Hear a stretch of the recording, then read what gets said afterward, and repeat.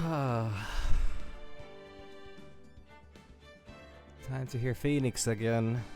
Well, I guess it's my impression of Phoenix. I'll be hearing, but I'll be seeing him. Hi. Back here again, as per usual. A weekend of, well, not a lot of streaming, and I'm trying to remember exactly what the fuck did I, trying to remember exactly what the fuck did I do last time, but I think it was something about ending. Yeah, we barged into this into the second trial, or like we're doing the second trial, and we interrupted the Look at Me's trial, and now we're trying to convict him of murder. Murder. Yes. We'll see how that goes. I might be a little ill-prepared for this, but I'll do my best. I go home 15 minutes ago, about, and so yeah, I might take me a moment to get my voice working and like that. Anyways, yeah, Stolen Turnabout. Wait, that's the name of it? Oh yeah, because it was the, yeah. Anyways, here we go. I think that's right. Yeah, I should be right. October 14th, 12:14 p.m. District Court Defendant Lobby number 4. My sis? Oh, there was even... Yes! Mia appeared. Mia manifested herself briefly into Phoenix's dark and twisted mind. Well, it's more like just dark. Not a lot goes on in that. And told him to, you know, keep at it and keep trying and do what you should always do as a lawyer, which is trust your client. It's not like that hasn't backfired already. Yeah, okay, I think I'm on track. Good enough. I could have sworn I heard Mia's voice. So then she's still alive? Is that your heart? Or maybe Phoenix is partly, maybe Phoenix is of the Faye family, just a very, like, I don't know, 100 times removed cousin or something like that. I don't think that's how that works. A really far distance family, and he can to some degree conjure dead spirits. Or spirits of the dead. That's how it goes. Dead spirits is like a... Anyways. Well, yeah, I guess, you know, Phoenix has issues, apparently. Nicky boy. Oh, Mr. Light. Is it true the detective is the real killer? To be honest, we don't have any definite proof. But he's the only one who could have done it. But wasn't he at Lord Taylor that night? Not to mention, we don't exactly know his motive. I mean, why would Detective Amy want to kill Kane Bullard? Oops, it's almost time. Better get back to courtroom. I need to find some solid proof. And it's gotta happen sooner rather than later. Yeah, we actually never even got around to the what's our evidence?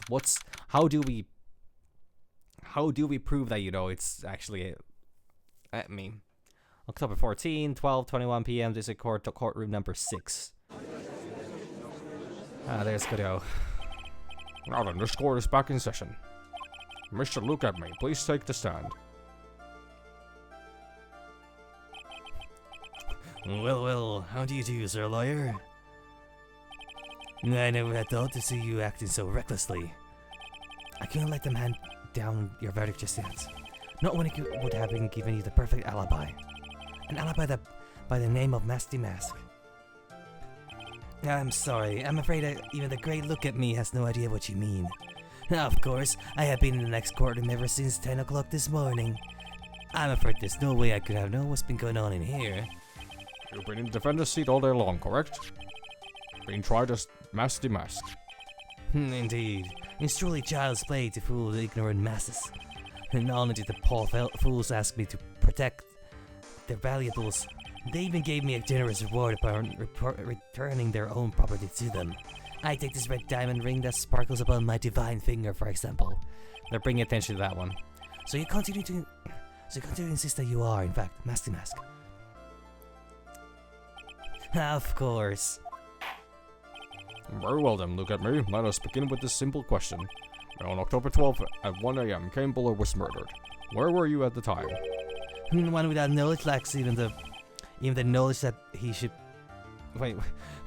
One without knowledge lacks even the knowledge that he should be ashamed of himself. But don't worry, I will not hold it against you, Sir Judge. I really can't remember what voice I was giving him, because I feel like every time I try it, I do a different one. Thanks.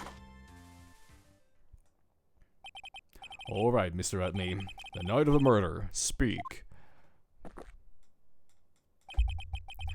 We're all ears. As you wish, Sir Prosecutor. The alibi. I was stealing the urn as Masty Mask, just as I announced I would. I had more than enough time to prepare. It was a pathetically easy job. A photograph contains no words, but in this case, one turned out to be my witness. The time at which the camera captured Masty Mask was the same time as the murder. It seems the main point of discussion will be the photo of the crime scene. Everything else up until now was all part of his plan. There has to be a secret to this picture as well.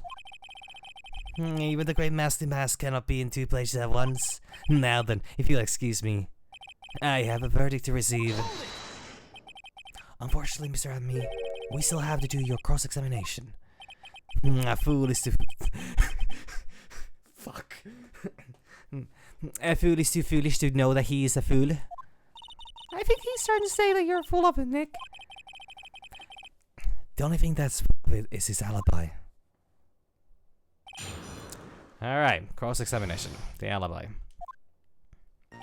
I was stealing the urn as Masty Mask, just as I announced I would. So this photograph is a proof, correct? Indeed it is. And the man in the photo is certainly wearing a mask. That is why I'm called Masty Mask. But conveniently that also means that there is no way to tell who this really is. What do you mean? Objection! Huh. Are you saying that this is not, in fact, Look at Me? That it could be an accomplice dressed up as Masty Mask to create an alibi? Oh, what an interesting idea. Are you saying that I, Lone Wolf Luke, had an accomplice? Name the accomplice. Look at Me was at KB Secure during the murder. Then the Masky Mask in this picture has to be a fake. Exactly, you had an accomplice. Now remember you said that, Mr. Wright, because there's no going back. If you're making baseless claims, I'll treat you to a penalty myself. The penalty is probably boiling hot too. So who is it, Mr. Wright? Who was the accomplice? So, funnily enough, I'm quite sure it literally cannot be Ron. Could be Delight. Or Desiree, sorry. Could be Larry even. So I've been trying to rack my head around this, or rack my, how does the phrase go? I've been racking my brain over this case actually. Since the last I played, and I'm genuinely like, who the fuck could it be exactly? And Larry is an actual possibility. But to be honest, I think Ron is the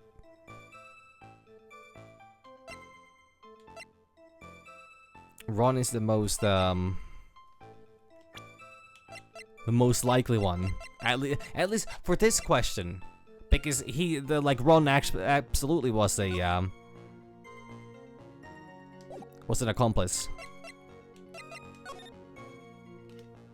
And also that is pretty much Ron's get up.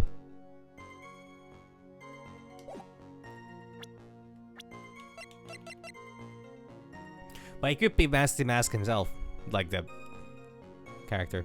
Oh, actually, yeah. Sorry, I was supposed to still check this one out. This says 58 a.m. 23. Does not say the date though.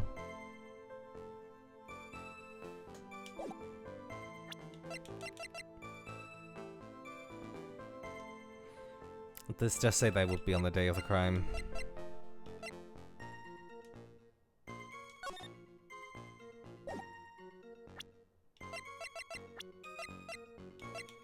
Well, I'm gonna say one. It was this person. Ha! That's quite the prank you're trying to pull. Do you have any evidence that this person is, in fact, the accomplice? Oh well. The aura that this person has around them. We're going to judge someone by their aura. It will be right up there as the number one suspect, is that right? Damn.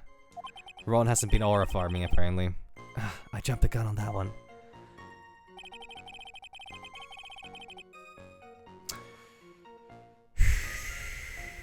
Okay, I guess that's probably where it's gonna be. I need to figure out like what's the how that goes. Ooh, fuck, actually. Oh, actually, I had an idea. I have an idea. I want to try it.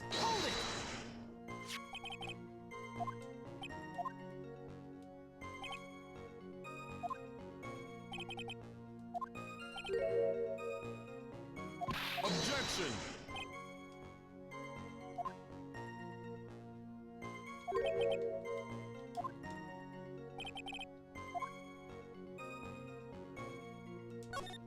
I would say.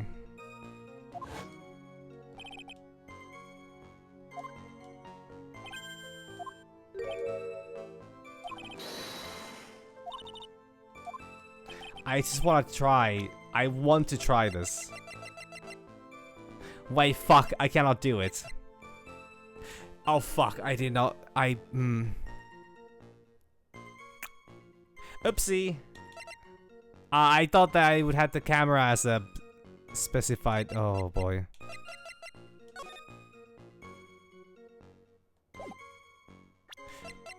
Okay, maybe I jumped the gun on this one actually a little bit.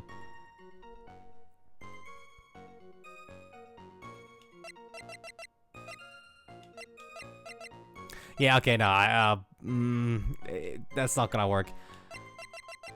I'm gonna try it, maybe because like my thinking here is that the photo is fake.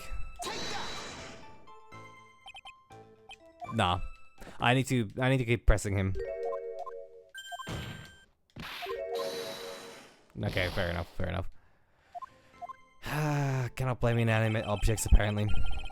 More than enough time to prepare. It was a pathetically easy job. I believe Adrian Andrews hired you at one point. That's right. That was over 20 days ago, if I'm not mistaken. You sent a calling card to Lordly Taylor 10 days before the heist. That would mean you sent out the card after you began your security watch, right? Indeed, there was no reason why I couldn't do both jobs at once. It was the perfect opportunity to steal my latest target. I see. You truly are evil, aren't you? Yes, evil is what I am. Hey Nick, isn't there something odd about this? The DM was always proud of his ace detective skills, right? The diary was stolen from Lord Taylor while he was the only one watching it. There's no way to maintain his perfect ace detective persona. You know, that's true. It's kind of odd.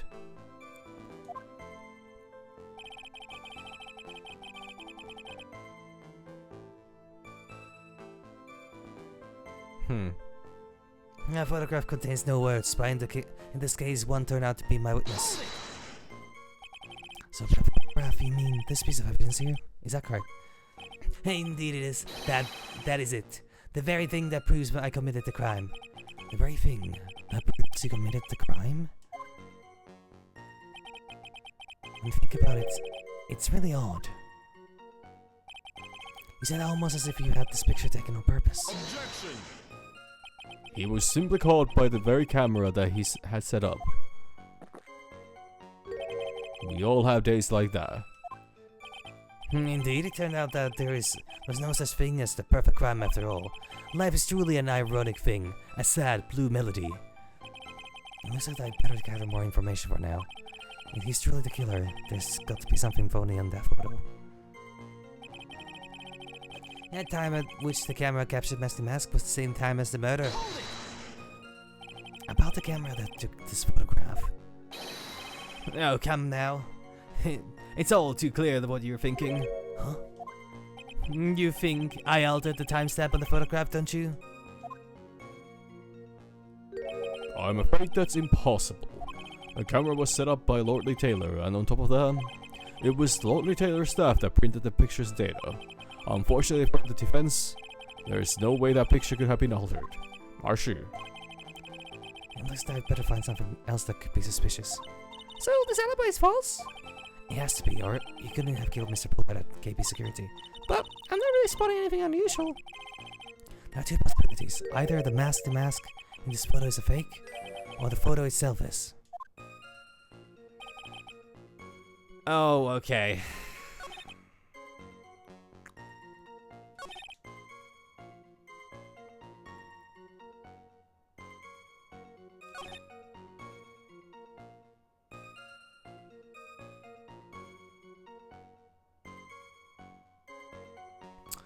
Let's see.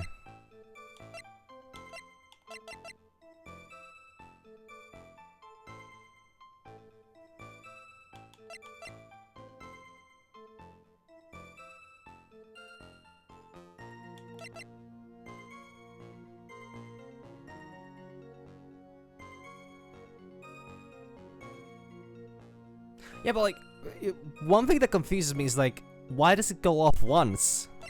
Should it go off twice?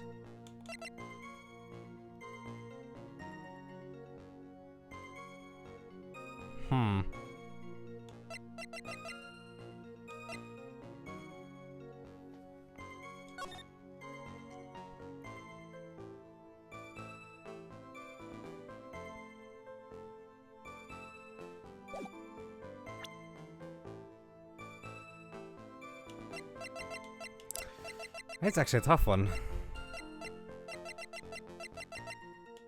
Like, just a sacred urn on that. So simple. Just like me.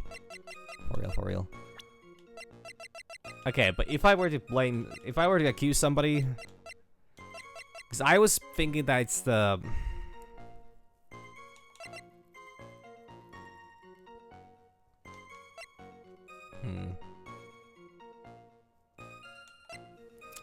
Because I was really hoping the camera would have...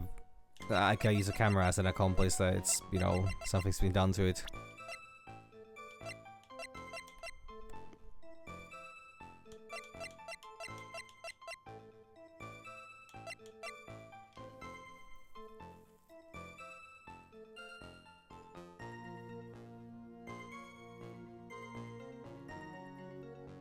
Okay, actually, let's go... So,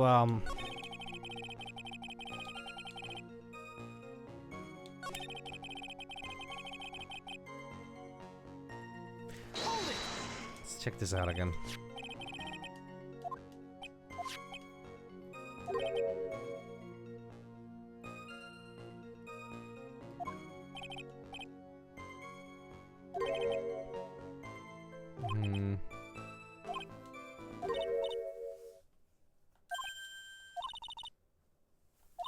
Yeah, okay, this is something I also need to...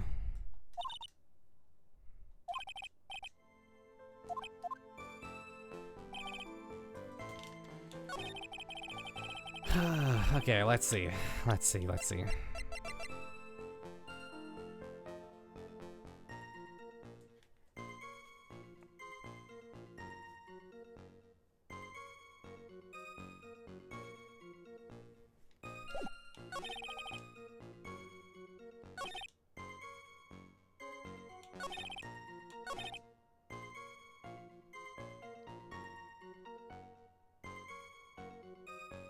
Okay, yeah, I think I can work with this.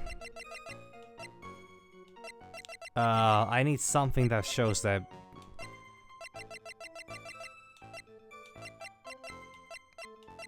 There's literally no way he would have gotten himself caught like that. I guess I'll just... He claims the title as a detective. Yana, what do you think about this witness statement? I'm not sure I follow you. Clearly, contradicts the, I thought... You don't sound very sure, Mr. Wright. Objection denied. Damn, I think I'm failing this. I don't think that won me any points with the judge.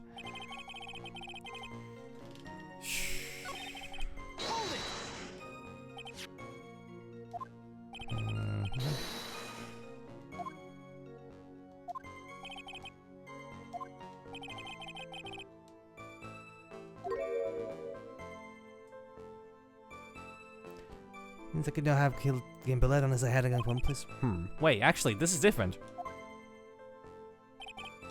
Oh, I think long and hard about that night. The basement warehouse and this picture that supposedly captures it. It's got to be here. Isn't there something funny about this picture? Well, there's still the clasp thingy that we absolutely proved to be inaccurate.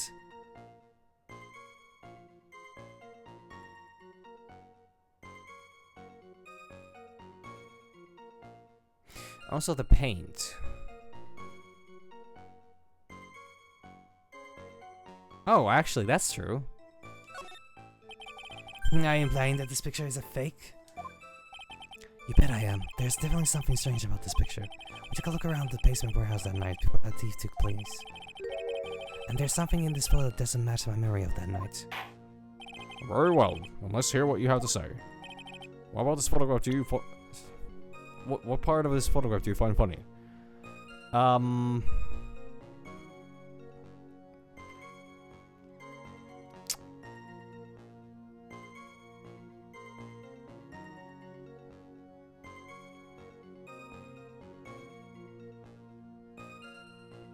Fuck, if only I remembered what the timetable for that is actually.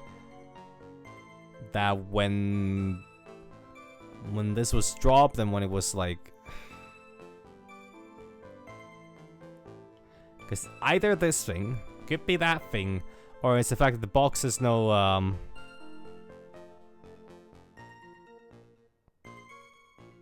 box has no paint splatter on it. We already discussed about this. Yeah, but actually... No, but since we proved that, you know, like, he was not there actually guarding and he would...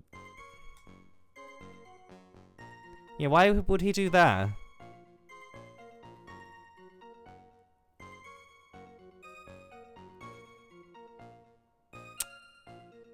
I don't know if that's the key here. I'm gonna try it. Is this the area in question? Which area? Could you be any more big?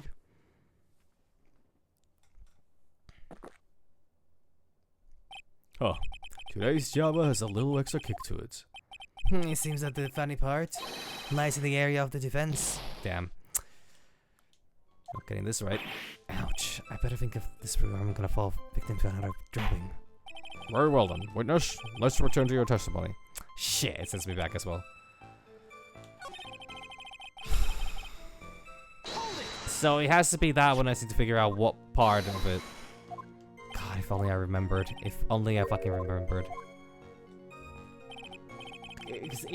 It's not anything too complicated even.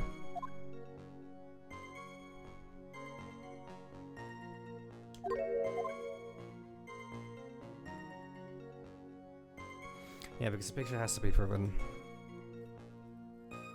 false.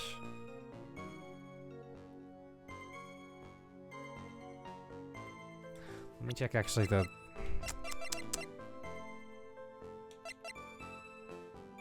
It's around 1 AM, so it's not the timing either.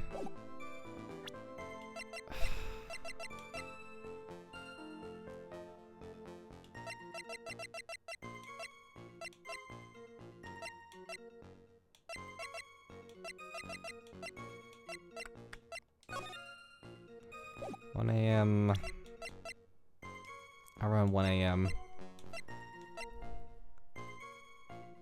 Be very different if this had the specific time on it.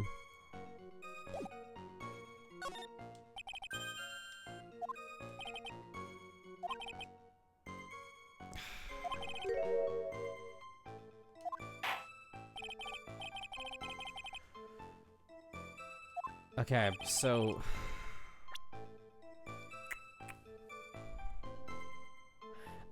I had it in my mind as to how he could have possibly faked this. I can't... like, okay, because... So what we know is that the box fell on the ground, got covered in paint. There's no paint on the box right now. But, like, he still has to... Oh, fuck, now I know. Now I know. Oh, that's why, like, I already had this in my mind and I fucking lost it for a moment. The box has no paint splatters, but it absolutely should have paint all over it. Meaning that this must have been taken at a different time. Or like, this is a wrong box. So this has been taken beforehand. With not the actual urn. And, yeah. I think, yeah. Only difference being that there should be the... Wait, fuck. Is it the statue after all?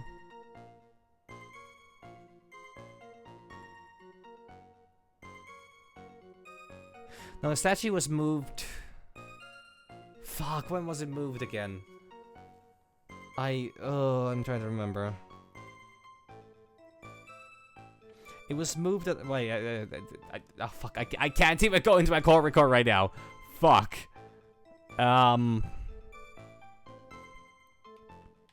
Statue was here before the crime, but it was moved back further.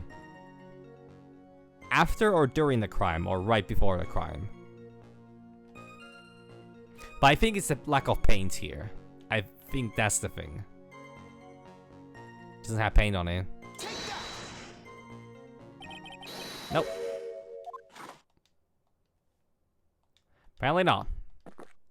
Well, shit. Kinda seems like I might be needing to do a second take of this. Damn. Really? So, like...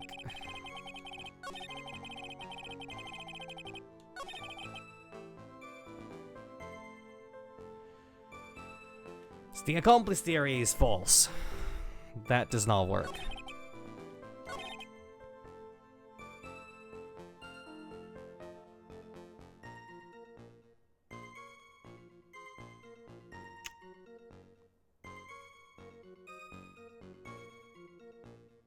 So in other words, my only option is that there is something wrong in the photo. I think I know where that is. I'm just not sure exactly what part about it I'm supposed to exactly point at to make my point. Unless I am misunderstanding how the time frame works here. So I'm gonna say it's this. Motherfucker, it was that one. The funny part is right here. Why, there's a blood stain. Oh, blood! Now this guy's getting interesting.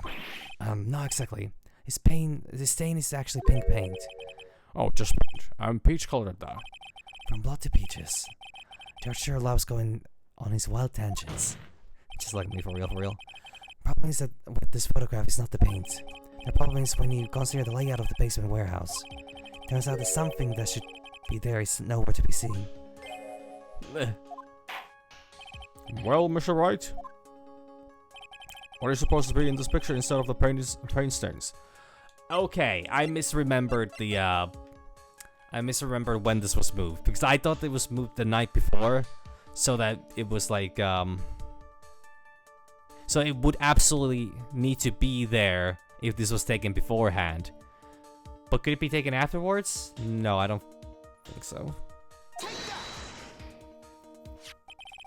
The supervisor of the exhibit stated the following.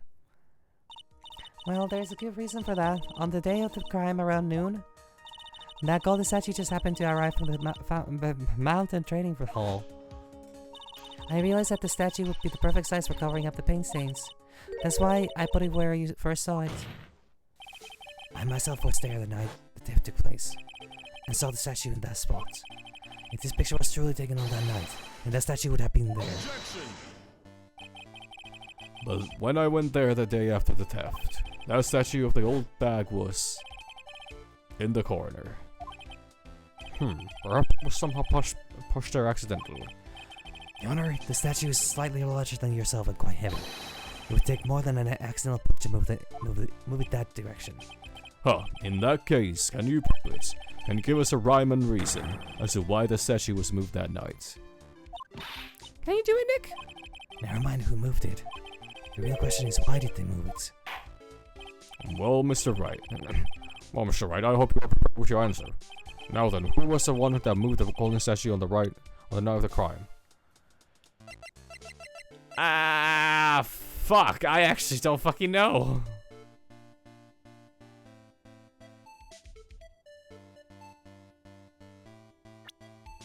Fuck, I wish I...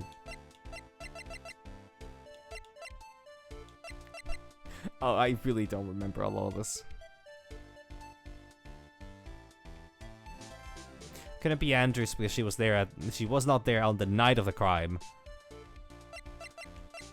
Couldn't be Ron either because he wasn't there at the night of the crime either.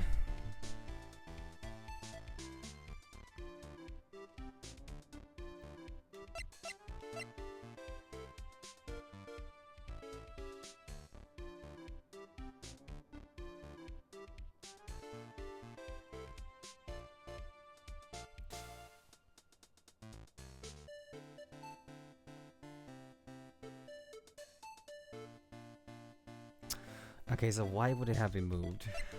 Yeah, the question is actually not who, it's why. Why was it moved? Because the statue was in the way. Okay, so let's go through possible candidates for that. Not probably Kane Bullard, he was busy elsewhere dying. Probably not Godal, he was busy elsewhere drinking coffee. Not Larry, he was busy getting his ass kicked. Not Adrian, she would have specifically wanted to not have that statue moved. That was the very thing, because she wanted to hide the paint stain. Desiree, probably not really interested. Ron was getting his ass kicked. At me was doing the ass kicking.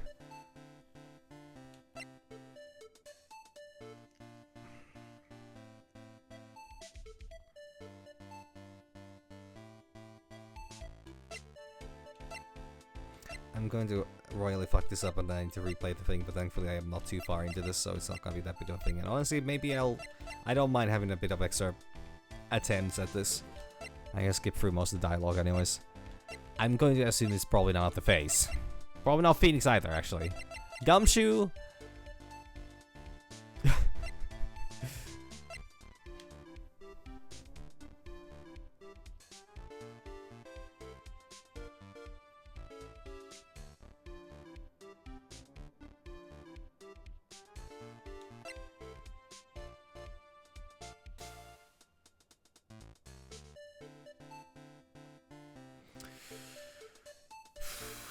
Okay, so the thing is,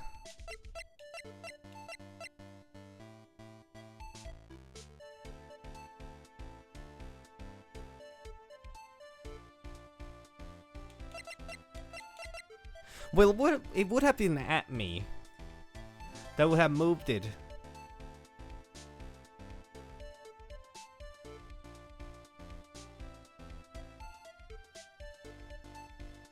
Okay, so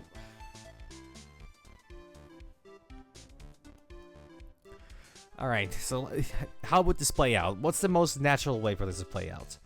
At me would have staged a photo somehow. I don't know exactly how. I don't know how the technology of the time works, and I don't know how he could have like faked the like.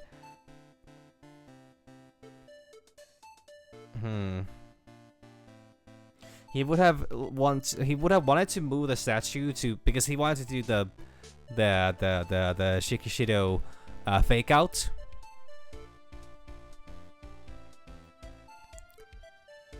So he would have needed this thing.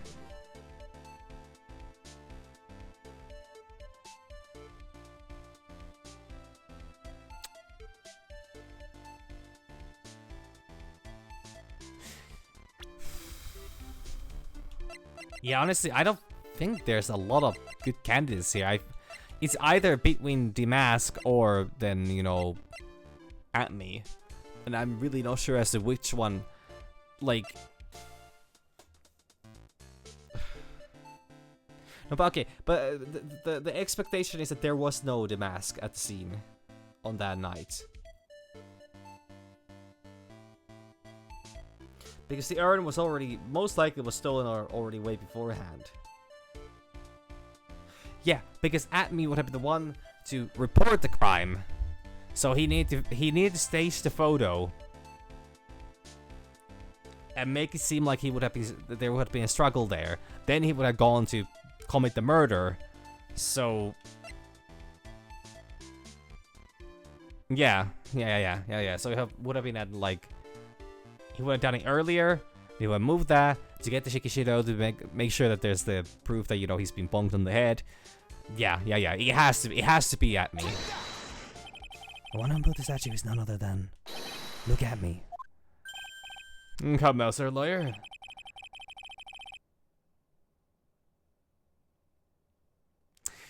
So...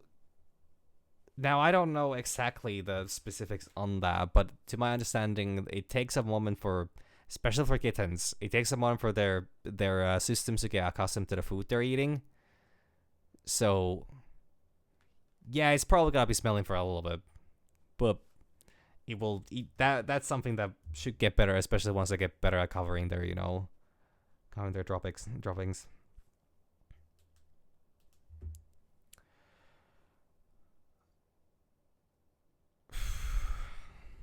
Did I read this already?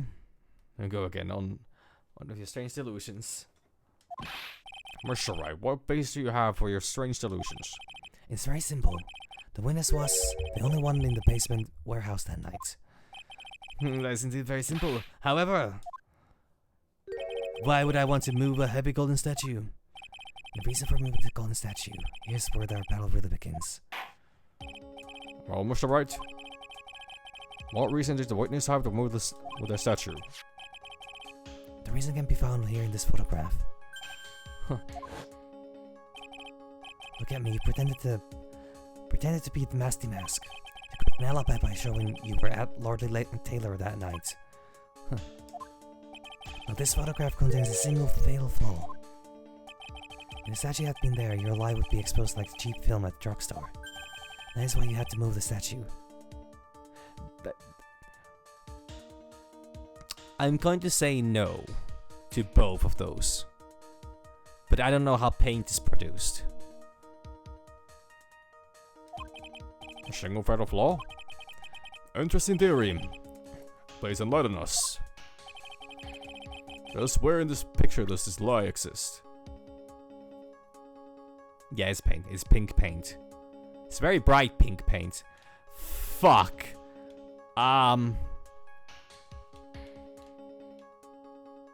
Shit, what was the... to be honest, I completely fucking glanced over that fucking dialogue. I barely fucking know what... So a lie in this photo. Well, there's this thing. Like, it's still missing this.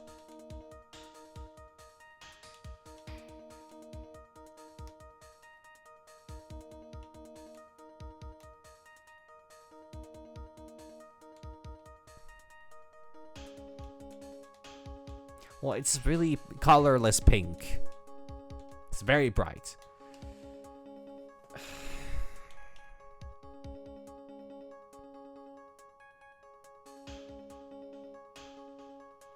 Wait, he says the lie. Oh fuck, I really should have paid attention. I have one shot and I have no idea what I'm doing actually. Wait, so the discussion right now is that because this Phoenix did not take it the direction I expected him to. Like, he was like, oh, there's a fatal lie in this photo. And I'm not sure, does he refer to the fact that timing is off? Because this is not the real timing. This is in fact not when the, not when the picture is taken, if it's taken on the, now the murder. And then there's the missing the clipping thingy. I don't know what the term for that is again. Not brochure, but something like that. So...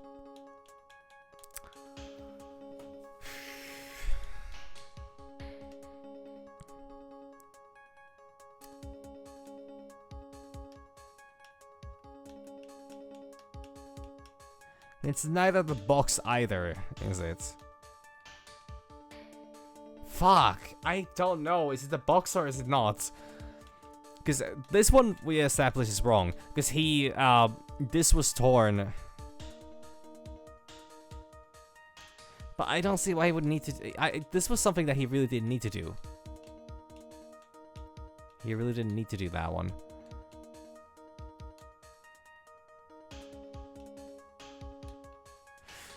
But, wait, okay, so... Atme had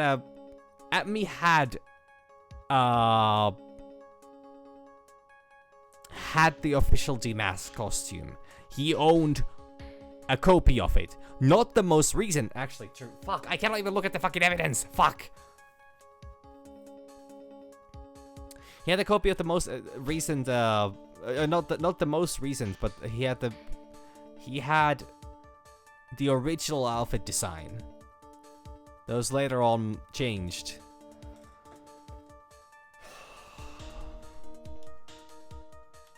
I would like to have compared the... Shit.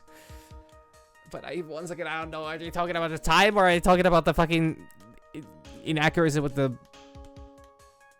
But the lie is the time. The lie is absolutely the time. This could not have taken place at this hour. So I'm gonna say the time. Naturally, the lie in this photo is the timestamp. Holy shit, I got it right. I am absolutely fucking edging this case. It's so close to just fucking blowing over, and I cannot believe that was correct. Oh, Jesus Christ. What do you mean? Slaps desk. I'll tell you exactly what I mean. On the night in question, Look at me went to KP Security and murdered Kane Bullard. Therefore, it's obvious. It would have been impossible for him to have been at Lord Taylor at this time. But what does that have to do with the statue being moved? Remember, if you will, Your Honor. When was the statue placed besides the warehouse door? Well, the statue was taken down to the warehouse on the day of the crime, and it was placed there in order to cover up the paint. Exactly. Look at me already had decided on the time when he was going to kill the victim. And so in order to create an alibi for that time, he took his picture days before the murder took place. Okay, wow, this is getting fucking complicated. So what I initially thought about the statue was actually correct, but that did not line up with the way that it was. Oh my god. What the? Of course, the statue hadn't yet been brought down to the basement warehouse yet. Oh.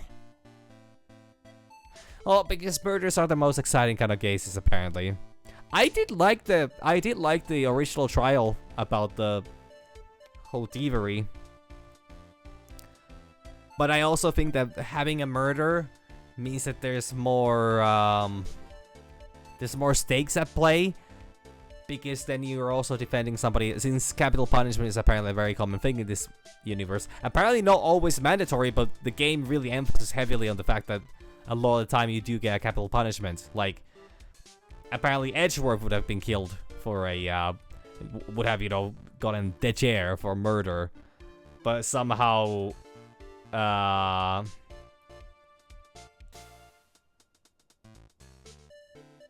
forgot her name. Who's Pearl's mother? No.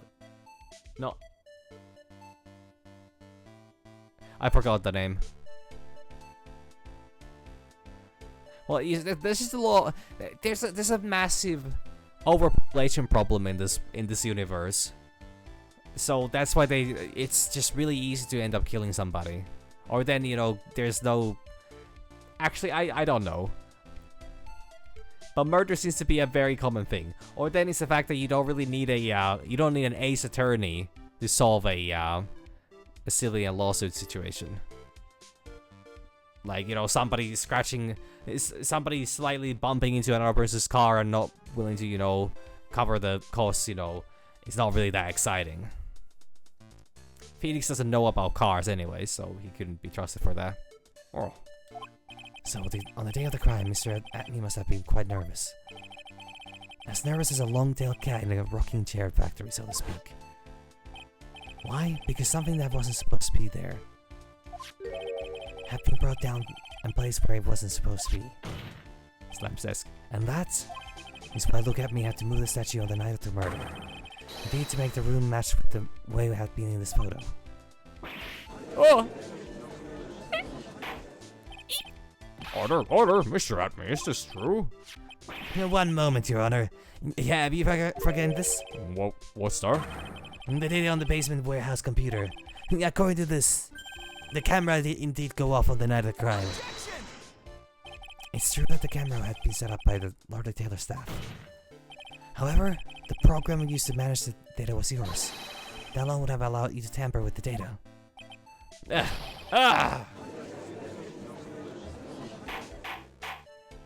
Order, Mr. Godot, what is the meaning of this?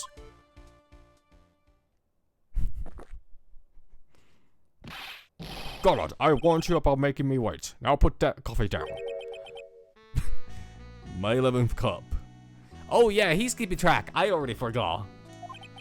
I promise to drink no more than 17 during a trial. Which means I'm still good till the last drop. However, the defense has a very good point. A good point. So what? I do love the fact that he's got the attitude of like, I don't care what anybody says. I have my own line of thinking and I'm going to dispute real facts with that. We are all but travelers on a road of infinite points. I think he's got points. Thinks up with his other points. So you say this photograph was taken ahead of time, and that the statue was moved in order to make it match. That's a very interesting idea. However, there's one point that can't be denied. Which is? 12 cup. That's only a possibility. Men that are trapped by the chains of maybe can never reach their dreams. That's very true. The fuck does that? Okay, cool. No way, don't fall for that, Your Honor. Hey, Mr. Damask. Yes. If there's no funny business in your actions as Master Damask, there should be no problem with you telling us your strategy. So let's hear it. Yes, please provide this court with your testimony about your plan to steal the second urn. Witness testimony, the second urn. I first received the request from Lord Taylor about 20 days ago. The urn was placed in a box, and Swari, it was then sent to the warehouse. Hence, I was actually unable to see the urn for myself on the day of the crime.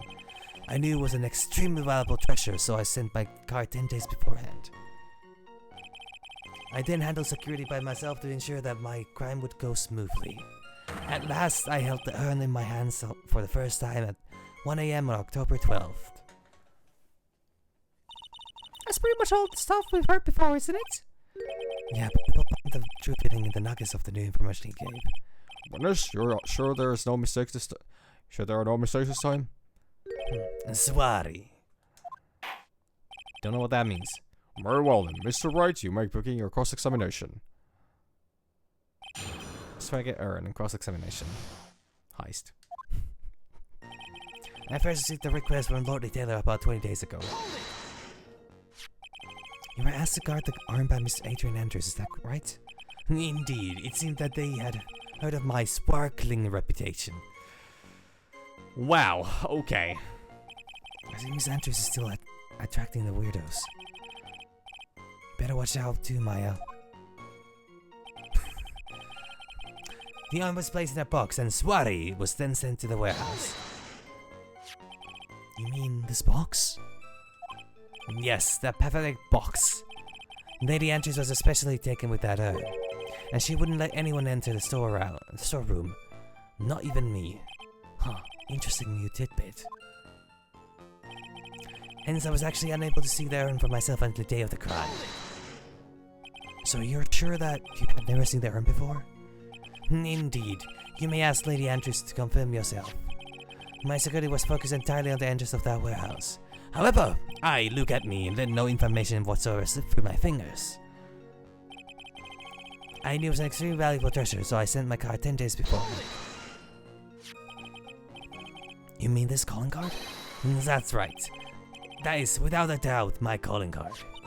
I guess Mr. Delight didn't make this after all. Of course, because Atme knew about the emblem. Making this card authentic would have been child's play for him. I handled security by myself to ensure that my crime would go smoothly. Then no one entered the basement warehouse? Unfortunately, there were many different treasures being taken there. Thus, for a period of approximately 5 days, people were indeed going in and out of the warehouse. At last, I held the urn in my hands for the first time at 1 AM on October 12th. And this is the photo that proved, huh? Indeed, to be honest, even if a photo was taken, I didn't think it would matter terribly much. Hey Nick, if this photo is fake, Lady Admin might have stolen the urn whenever this was taken. That's true. You know, there's been saying that he never saw the urn until midnight. We can prove that he's lying there. We can wrap this up and put a bow on it. And take a good hard look at the court record. A lot to go on, mister. The detective has been covering these tracks. There's only one thing we need to prove with this cross-examination. That he took this photo well before the actual night of the crime. Alright then, how do we do that? There's one thing that Matt made said very clearly. They had never seen the urn before he stole it. We need to prove that he's lying.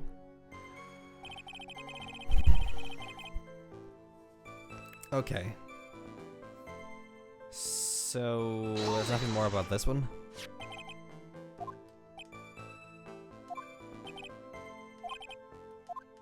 Nothing about that? Oh god. You mean this box? No.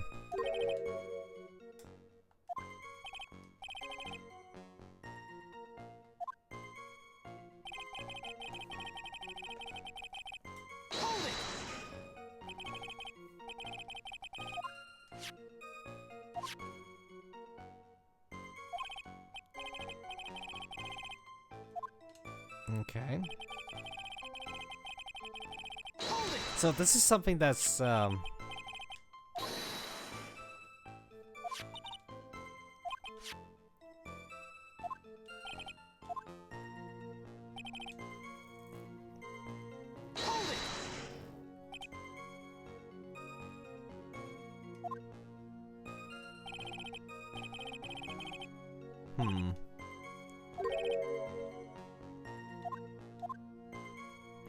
That's interesting. So there were multiple people going through.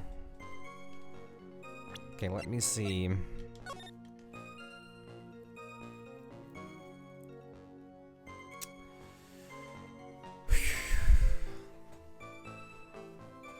Like there was this.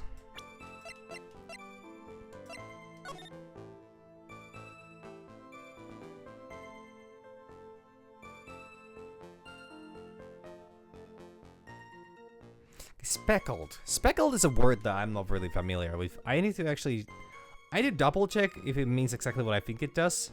Because I thought that's a moderately negative phrase of something.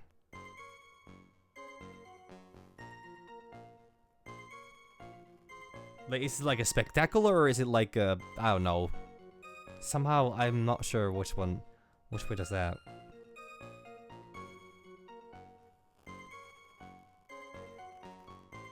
Okay. Speckled. Cambridge definition.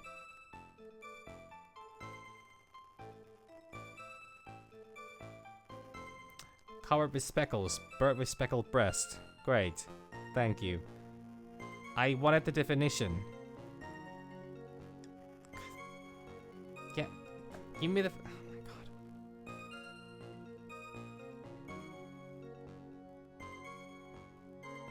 smart vocabulary. I just... Okay, there we go. I mean, very small marks of a different color than the surface on which they are found. Okay, yeah. Yeah. That's what I was thinking. Like, it doesn't... That's not like a... That's not a positive thing. That's a specific, like a... It's a very specific way to describe it. I mean, it's not negative either, but like...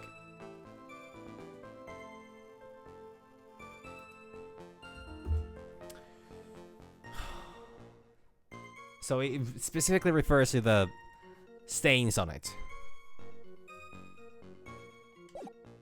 Meaning that he has absolutely seen it.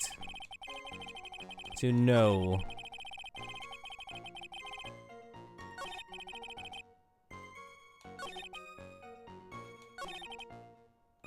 So I need to show that at the point where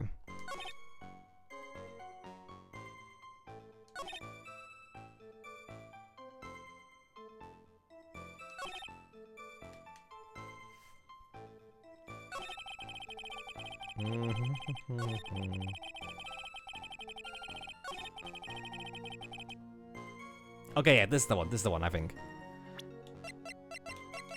Yeah, because like if you compare this one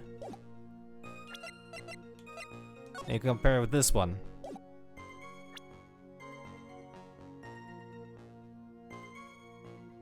so okay, because the timeline here is specifically interesting because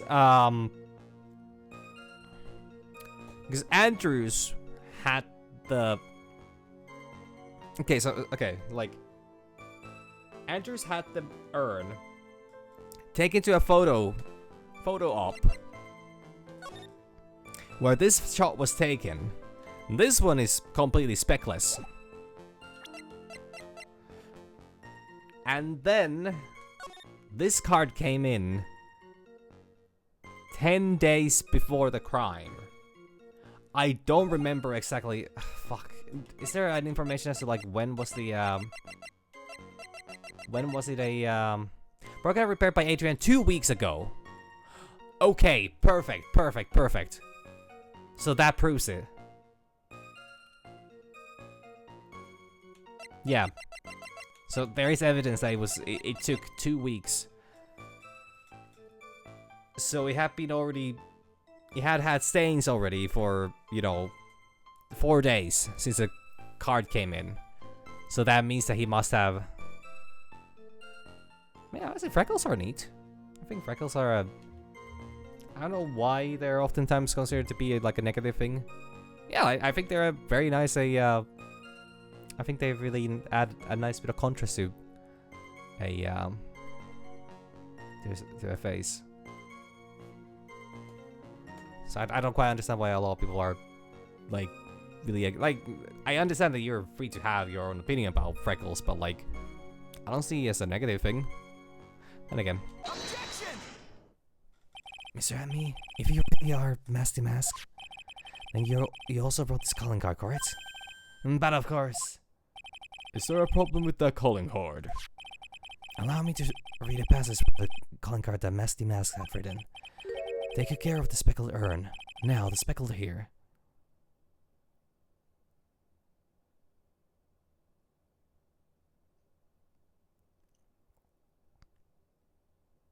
I mean, to be honest, like, while they say don't stick your dick in crazy, I also understand that there are some people who are really eager to, you know, there are people who are really eager to have self-destructive tendencies. And if you want to go out with a bang, well, I don't know. Find yourself a woman that can make you worse. Now, the speckled here surely refers to this pink pattern on the sacred urn. Yes, that's true.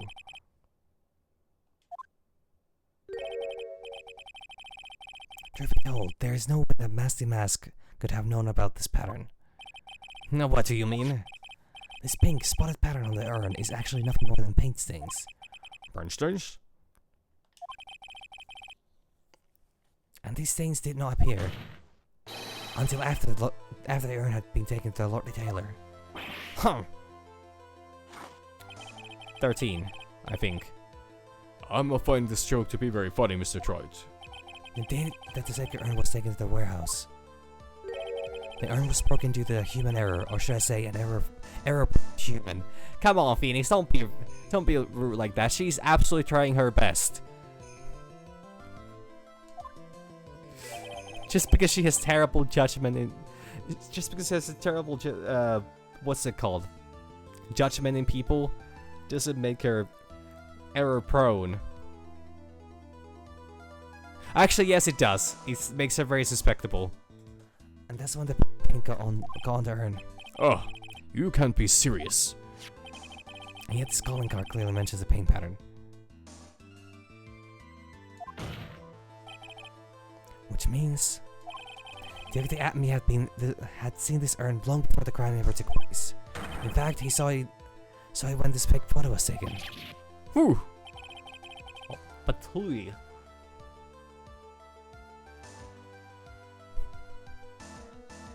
Yeah, but I mean, they couldn't help themselves and just keep it at simple, you know, theft. Larceny, as they said. And because this photo is a fake, your alibi for the night of the murder no longer holds water. Gargwa?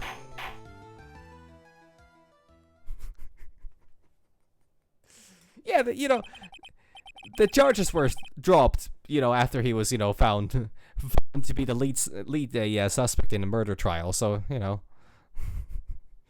I would say that counts for something. Yes, do you have anything to say for yourself?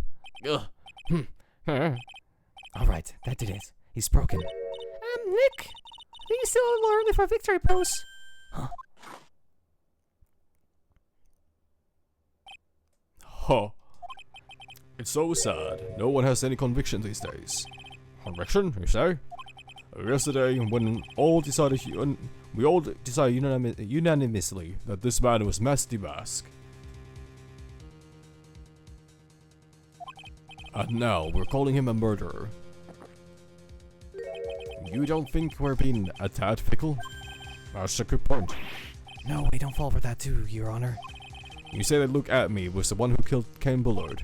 Let me ask you this, why would he do that? An excellent point. Motive, Mr. Wright, motive. Might you, my merry murderous, motive manifest? Nick, he's getting his second wind.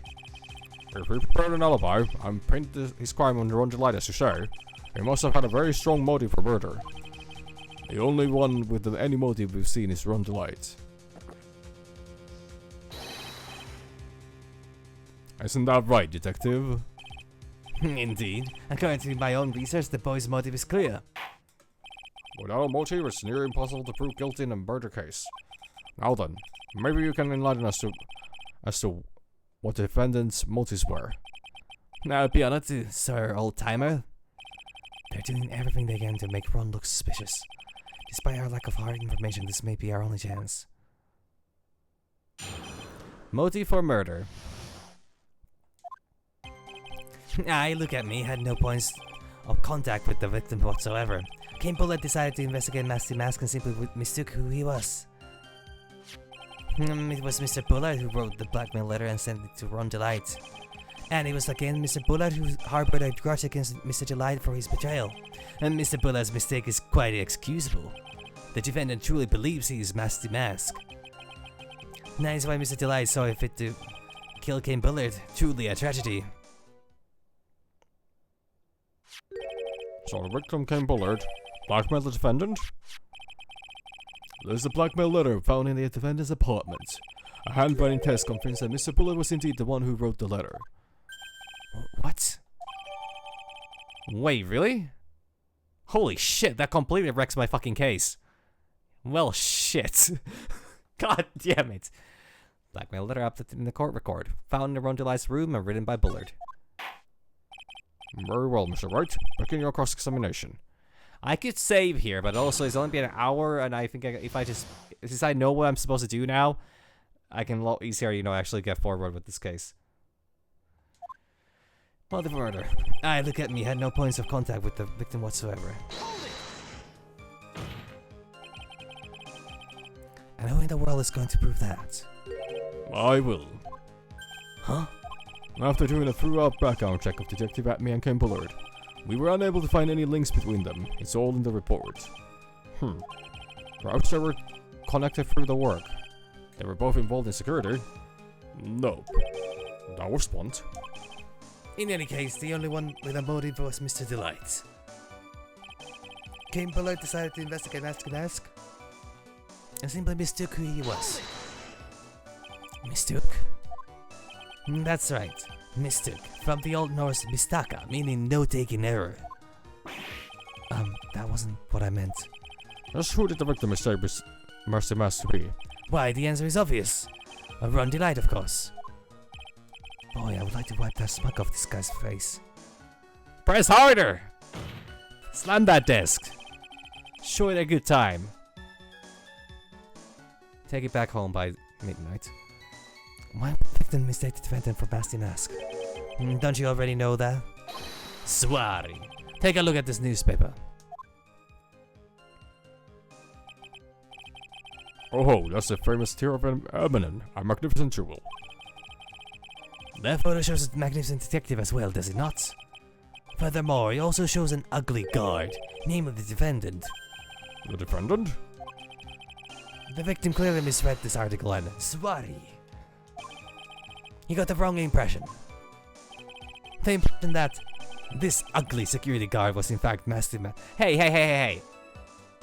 You can say a lot of things about Ron. He might be a coward. He might be undecisive. He might be a short king. But that's a pretty boy if you ask me. He's got really nice eyes. And a really nice hair. Also probably takes a lot of time to set that hair up. Anyways. I see. That was an unusually reasonable deduction. It was Mr. Bullard who wrote the blackmail letter and sent it to Ron Delight. You mean this blackmail letter right here? It says bring $50,000. And the handwriting is without a doubt the victim's? There is no mistake. We have an official report to prove it. But I don't see an address on this letter anywhere. An address? Addressee? This letter was discovered in Ron Delight's apartment, and Mr. Delight did show up at the designated place and time. The fact that there is no addressee is irrelevant. I wonder... What's up, Nick? Was that a thought? What if that blackmail letter wasn't meant for Mr. Delight? Whoa! Do you have any evidence of that? For some reason I just can't shake that feeling. That there's something not quite right about this blackmail letter. Well, everyone, are you quite satisfied? It was again Mr. Bullard who harbored a grudge against Mr. Delight for his betrayal. What do you mean by that? Oh my, I was certain you were already aware. Sorry. KB Security has a loss of security info on all sorts of companies. And since I was a security team chief, I stole data from the company. Ken Bullard had yet to forgive Mr. Delight, which is why he sent him that letter upon mistakenly believing that he was the thief. There is a file that we discovered in Mr. Bullard's office. Evidence that Mr. Bullard was receiving money through blackmail. However, isn't this a bit odd? Why did the defendant pay Mr. Bullard the money, even though he wasn't actually Master Mask? On that point, there was an unfortunate bit of chance. Mr. Bullard's mistake is quite excusable. Defendant truly believe he is Master Mask. Do you really think that story is going to hold up? That assertion is merely my own, I'm afraid. It's not merely my own. What do you mean? I have here a memo from Ron Delight's wife, Desiree Delight.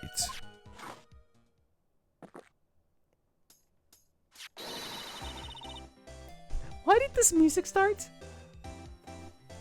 Ronnie thinks he's Master Mask. Don't you feel sorry for him? Please don't think too badly of him. Huh. Well, Mr. Wright. Was he trying to act like Mr. Delight just now? Or Miss Delight. I thought he was actually pretty convincing. I should have done. Fuck. That one time I didn't do an impression. That is why Mr. Delight saw fit to kill Cane Bullard. Truly a tragedy. Slams desk. Now that's just your imagination talking. Come now, sir lawyer. I'm afraid imagination isn't the right word for it. This is a deduction, the result of carefully applied reasoning. Are we here to get careful reason? Can we hear the careful reasoning for ourselves? It's a long story, and better saved for another time. Oh yeah, what better time to, you know, or like there certainly is gonna be a lot better time to talk about what happened in relation to this case than when the case is having its own fucking trial going on, huh? Very well, another time. Those are-called long stories aren't usually that long, at least not in my experience. I gotta try to connect Detective Atme to Mr. Bullard, right? Yeah, that's right. Hopefully it won't require surgery either. In that case, you'll have to talk about the blackmail. That's true. Was that blackmail letter really intended for Ron? So we don't have any of the information. You should press him for more testimony. Maybe I'll be able to shake some contradictions loose that way. Yeah, that's what I figured I was gonna do. And who in the world is going? Yep.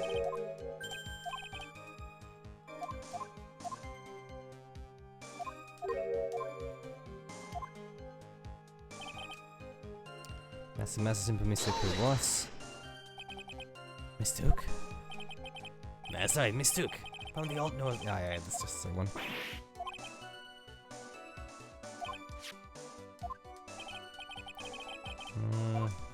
Press harder. Why would the victim mistake the defendant for Master Mask? Don't you already know that? Zwar. Oh yeah, I already did this one.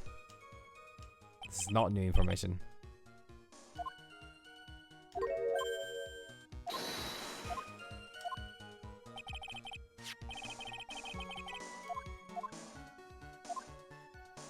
Okay, didn't get more info about that one.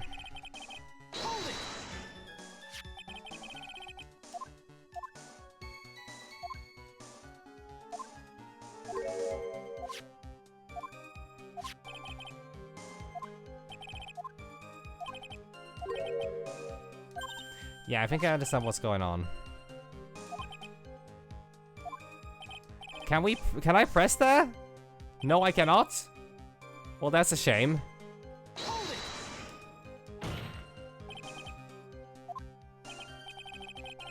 Jesus fucking Christ. So many of these.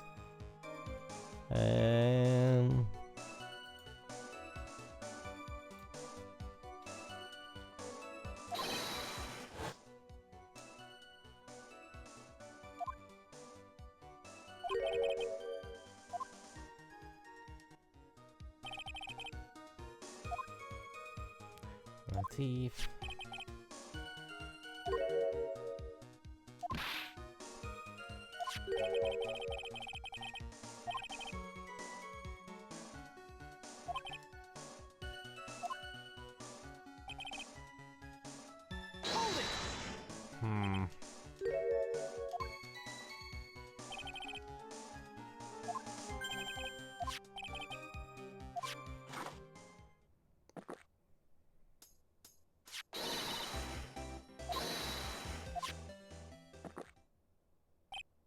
Technically, if I just keep repeating the same points, I could have him drink as many cups of coffee as I can, possibly causing him to, you know, go into a caffeine-induced shock.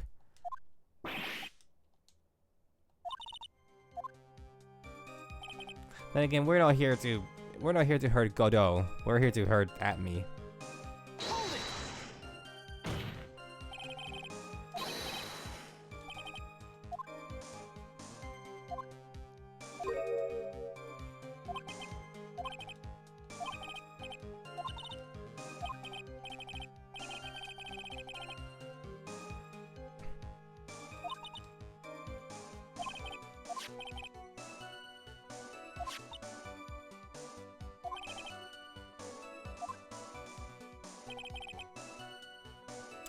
Okay, well, I got nowhere with that.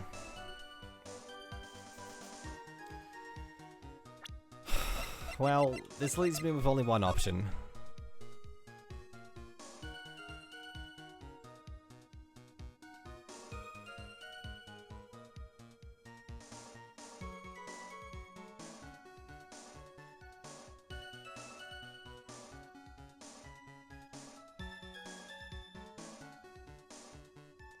The diamond part confuses me. Much confuses me. Because I don't know why, like, why wouldn't Ron say anything about that, but like, sure. But yeah, this is how we do it. Objection! Mind if I ask you a few questions, Detective Atme? Well, if it's just a few, I guess it's alright. When you said that this letter was addressed to Ron Delight, I couldn't help but notice one major contradiction. Contradiction? I don't know where a walking contradiction like you gets off saying things like that. You don't want to talk? At times like these, men are made to express themselves with their fists. Why did you show us what you got there, Junior? Indeed, time to man up, Mr. Wright. Show us the contradiction evidence in the content of the blackmail letter.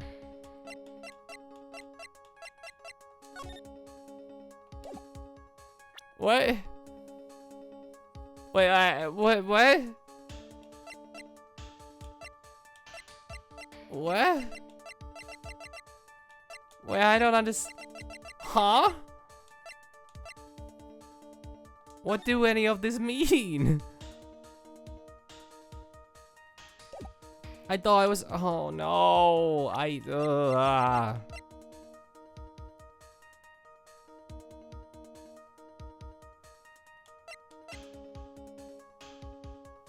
Fuck.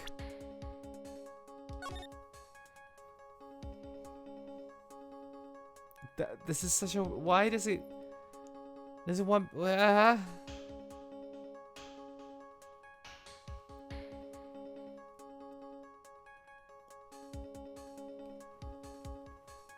I mean, it's the red diamond, I think. I definitely think it's the red diamond, but how do I get to that? This game is terrible at making, you know, bounce and leaps when it comes to actually like proving shit.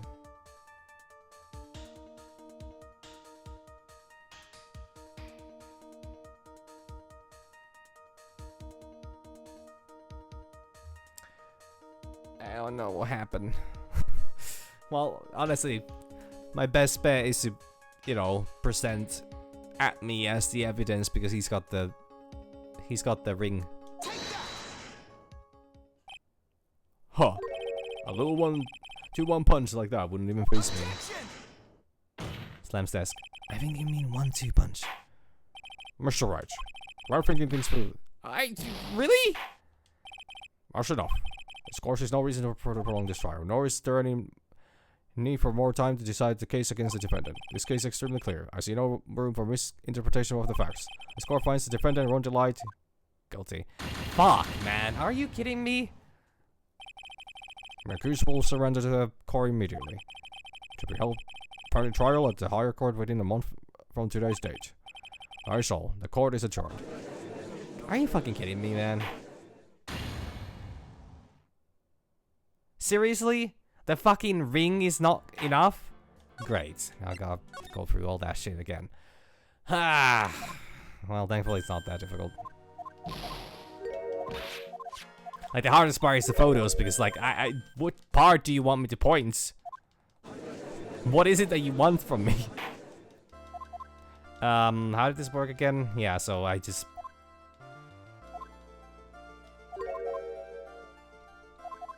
I just keep skipping, and then once the cross-examination starts, I need to press him on anything, and... I need to press him on everything, and then, you know, like... And not accuse him of having an accomplice. Because we're gonna get to that. We're gonna get to that later. The game threw me for a fucking loop with that part. It's like, oh yeah, you know, like we know that he was working with Ron, even though Ron didn't know who he was working with.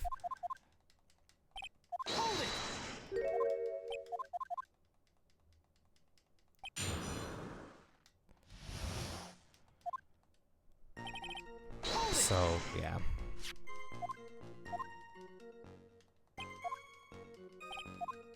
Objection!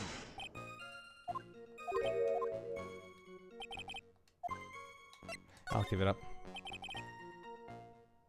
Look at me, what's the kid who's that night? The master announcing this picture has to be a fake. It wasn't And now I have no idea who it is. I don't have any idea right now either. These objections I just spoke that guy once. There's gotta be another way, and I'm going to find it. Okay. Let me question this one.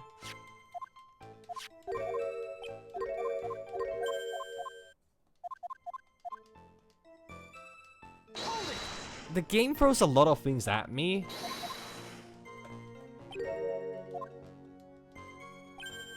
Objection!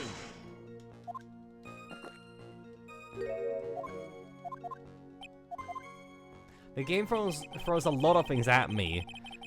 Like, a lot of different theories, so it's a little confusing as to know, like, which one does it actually want me to press for? Like, I have a pretty good idea as to what happened.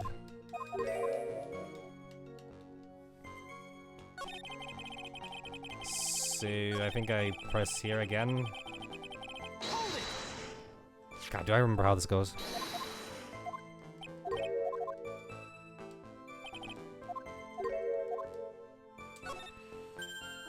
And then we go...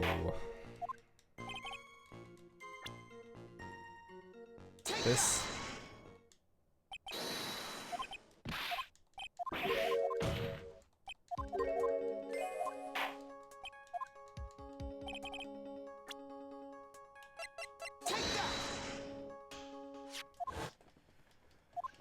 There we go. Objection!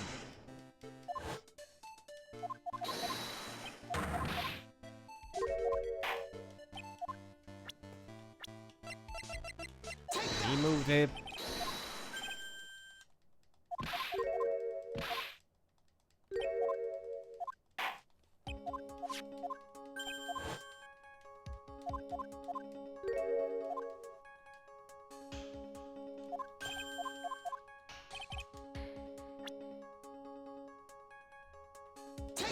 I mean, like, timestamp isn't even a, you know... It's not exactly wrong, the timing, it's just that, you know, it's the wrong day. It doesn't even show the day on it.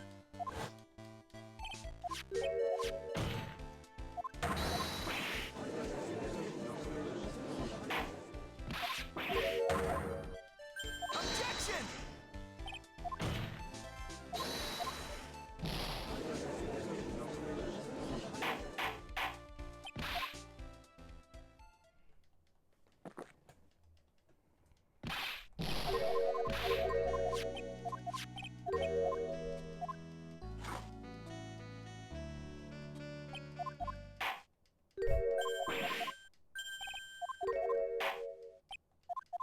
It's so weird, like, seeing people that drink a lot of coffee, because I personally have never liked coffee. Just doesn't seem like the kind of drink that anybody could drink more than, like, I can imagine people drinking that one cup just for the caffeine and, you know, just, you know,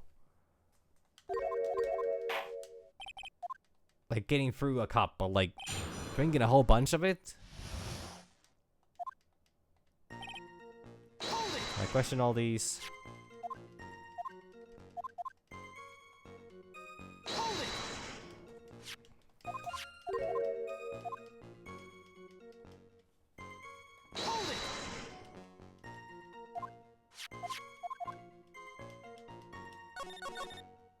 But is it like kind of strong?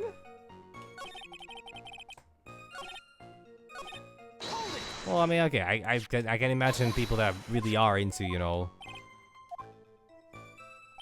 coffee enjoy a lot, but like, I would just imagine it's not something you could drink like a whole lot of.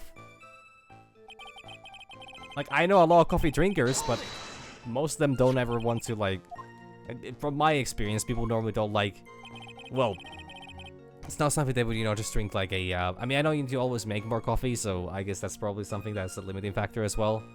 Like, drinking a lot of cups in a row. I mean, the little I have this is coffee, it seems really strong. I mean, I guess you can make it different, like, I don't know, it's just the flavor of it is like...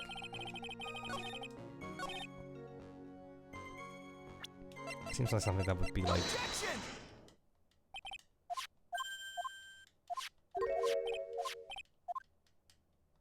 Okay.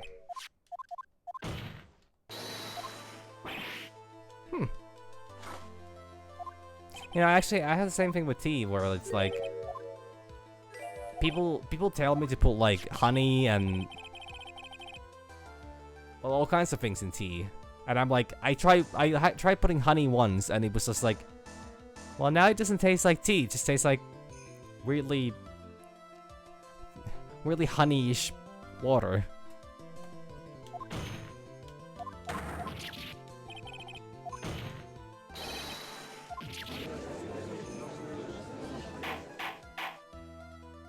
Well, yeah, no, I mean, but like,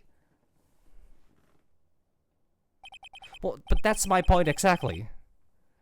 Like, so to me, it's just wild that, you know, like, Godot here is, you know, sipping down one cup after the other. Like, I mean, if he can have up to 17 cups in a trial, the trial normally lasts for about, I don't know, maximum. A long trial is probably like 5 hours or maybe 7 hours. He would still have the whole evening to sip even more coffee. So to me, it's just like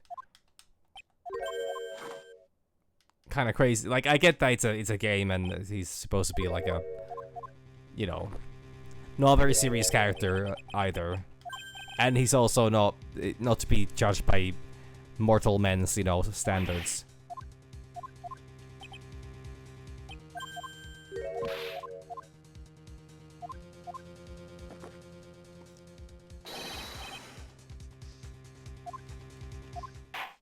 Yeah, that's also true.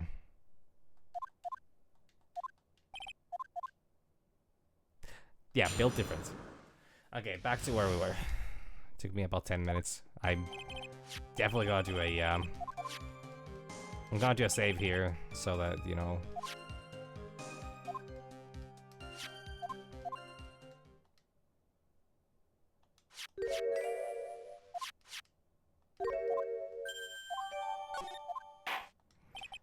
And now I remember where I was at, actually.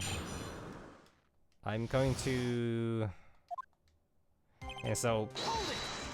pressing these does not actually give me anything. Well, it gives me something and then I have to present a, present evidence.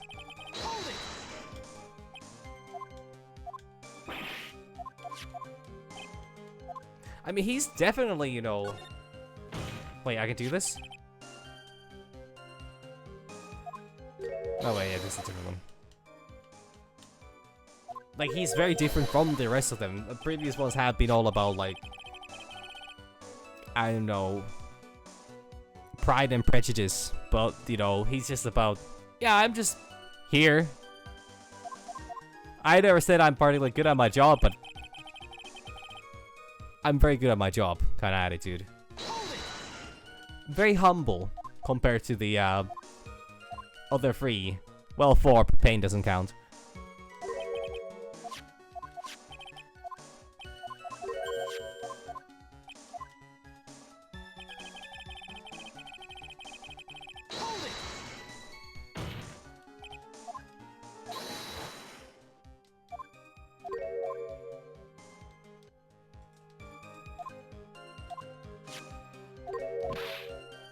Okay.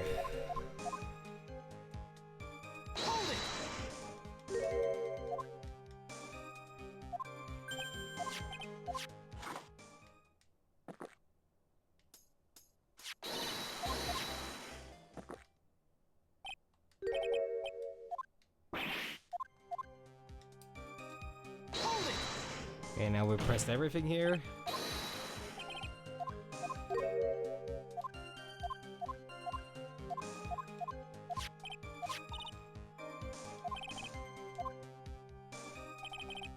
Okay, I'm gonna save here because I don't want to go through this again.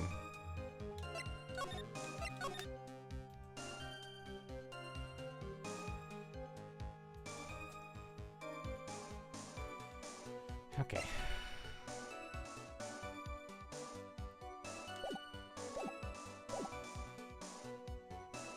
So...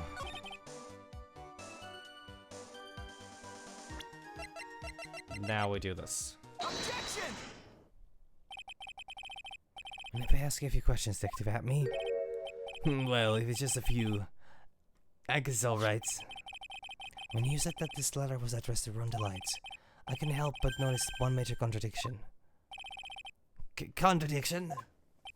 I don't know where a walking contradiction like you gets off saying things like that. You might want to talk. At times like these, men are made to express themselves with their fists. Why don't you show us what you got there, Junior? Indeed, time to man up, Mr. Wright. Show us the contradiction evidence in the content of the blackmail letter. Alright.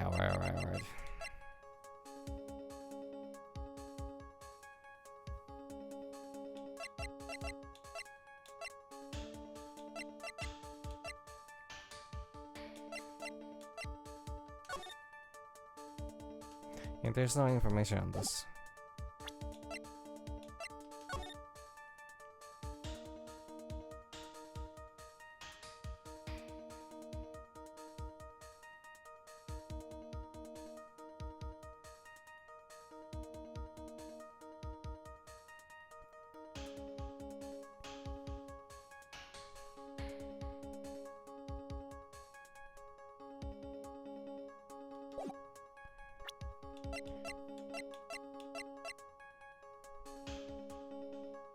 And I guess Edgeworth kinda has the whole, like, how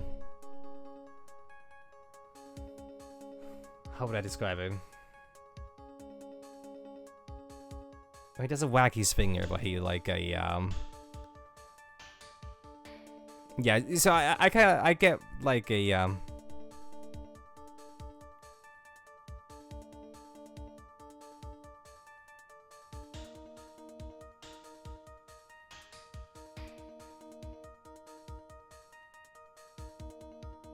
Actually, I think it was One Karma that was wagging his finger, but Edgeworth's like...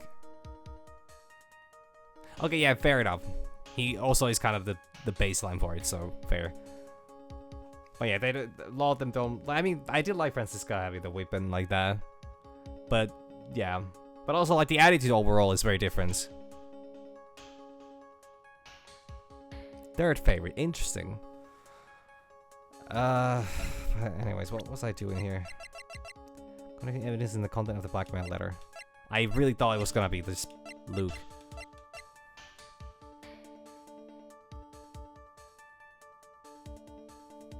Surely it doesn't want me to show the letter itself, right? That would be silly. No. Something that contradicts it. Okay, so the numbers.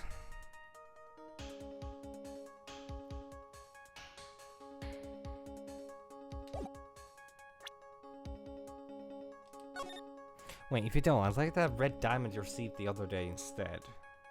Received.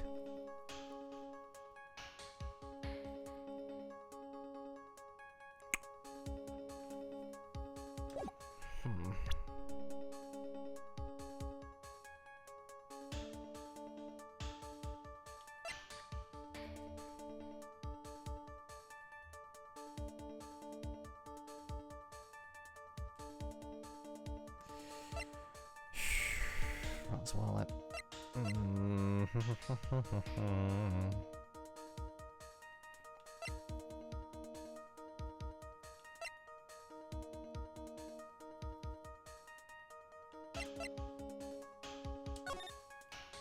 Time of Hades, Chronobongora.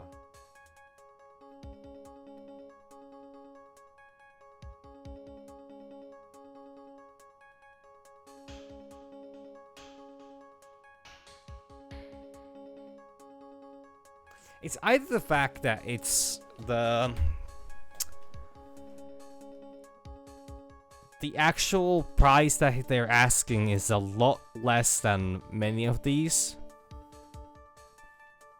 Like, it's a really weird thing to be like blackmailing a person for only like 1/10 of something's price. I mean, it's not all that weird if you want to play safe and if you want to keep getting, you know, getting your own cuts. But if it's not the ring...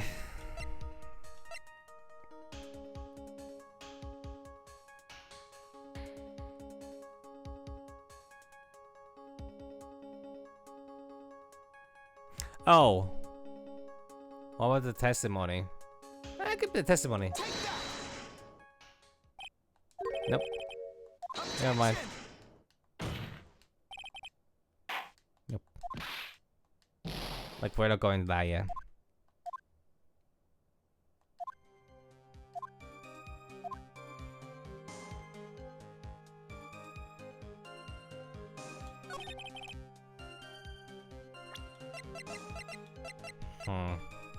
Objection!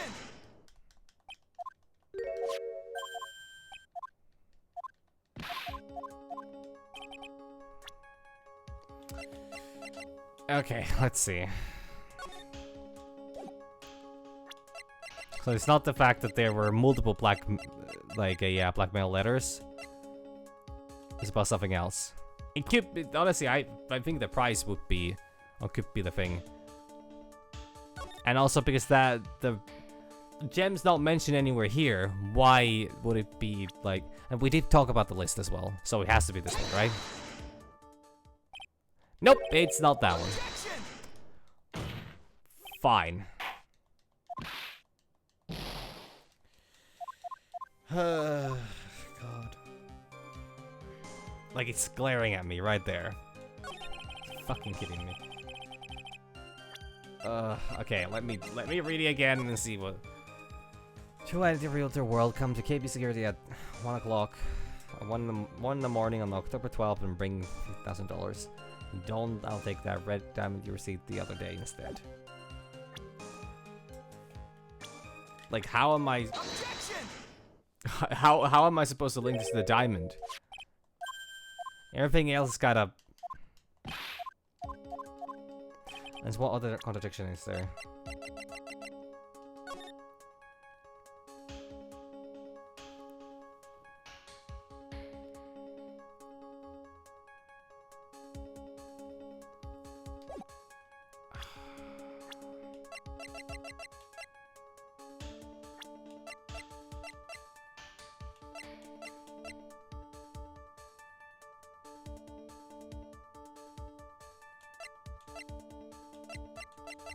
Actually, I want to check this one out.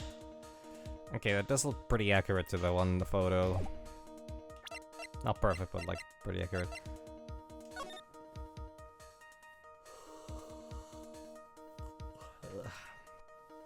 Okay. Gem and the thief. Stolen. Stolen, stolen, stolen.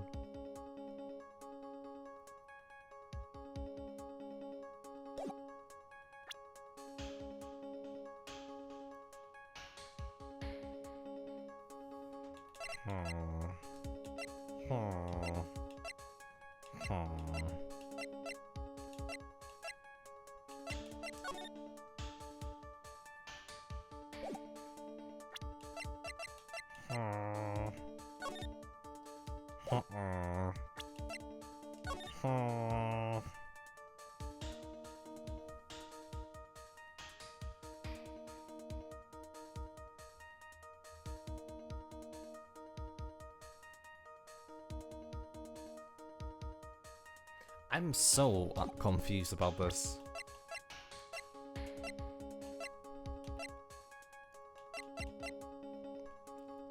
Wait, actually, is there something about the... Wait a minute.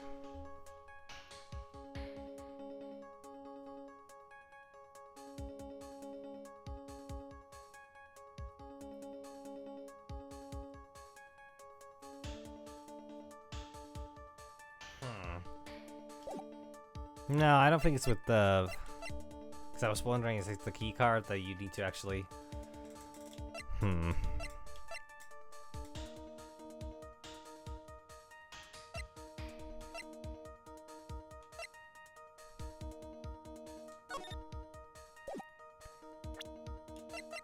It's not the list. It's not the fact that the prizes are a little wacky. It's not the fact that he's got the red diamond. Or Atme has a red diamond. It's not the fact that, you know, Ron has admitted to being blackmailed multiple times.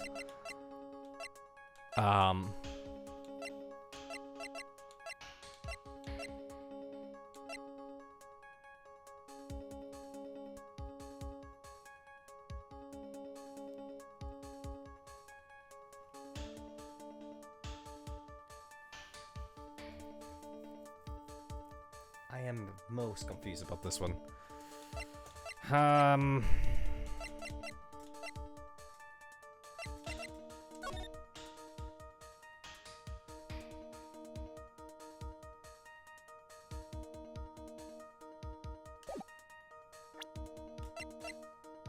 Actually, I actually have no idea where I'm...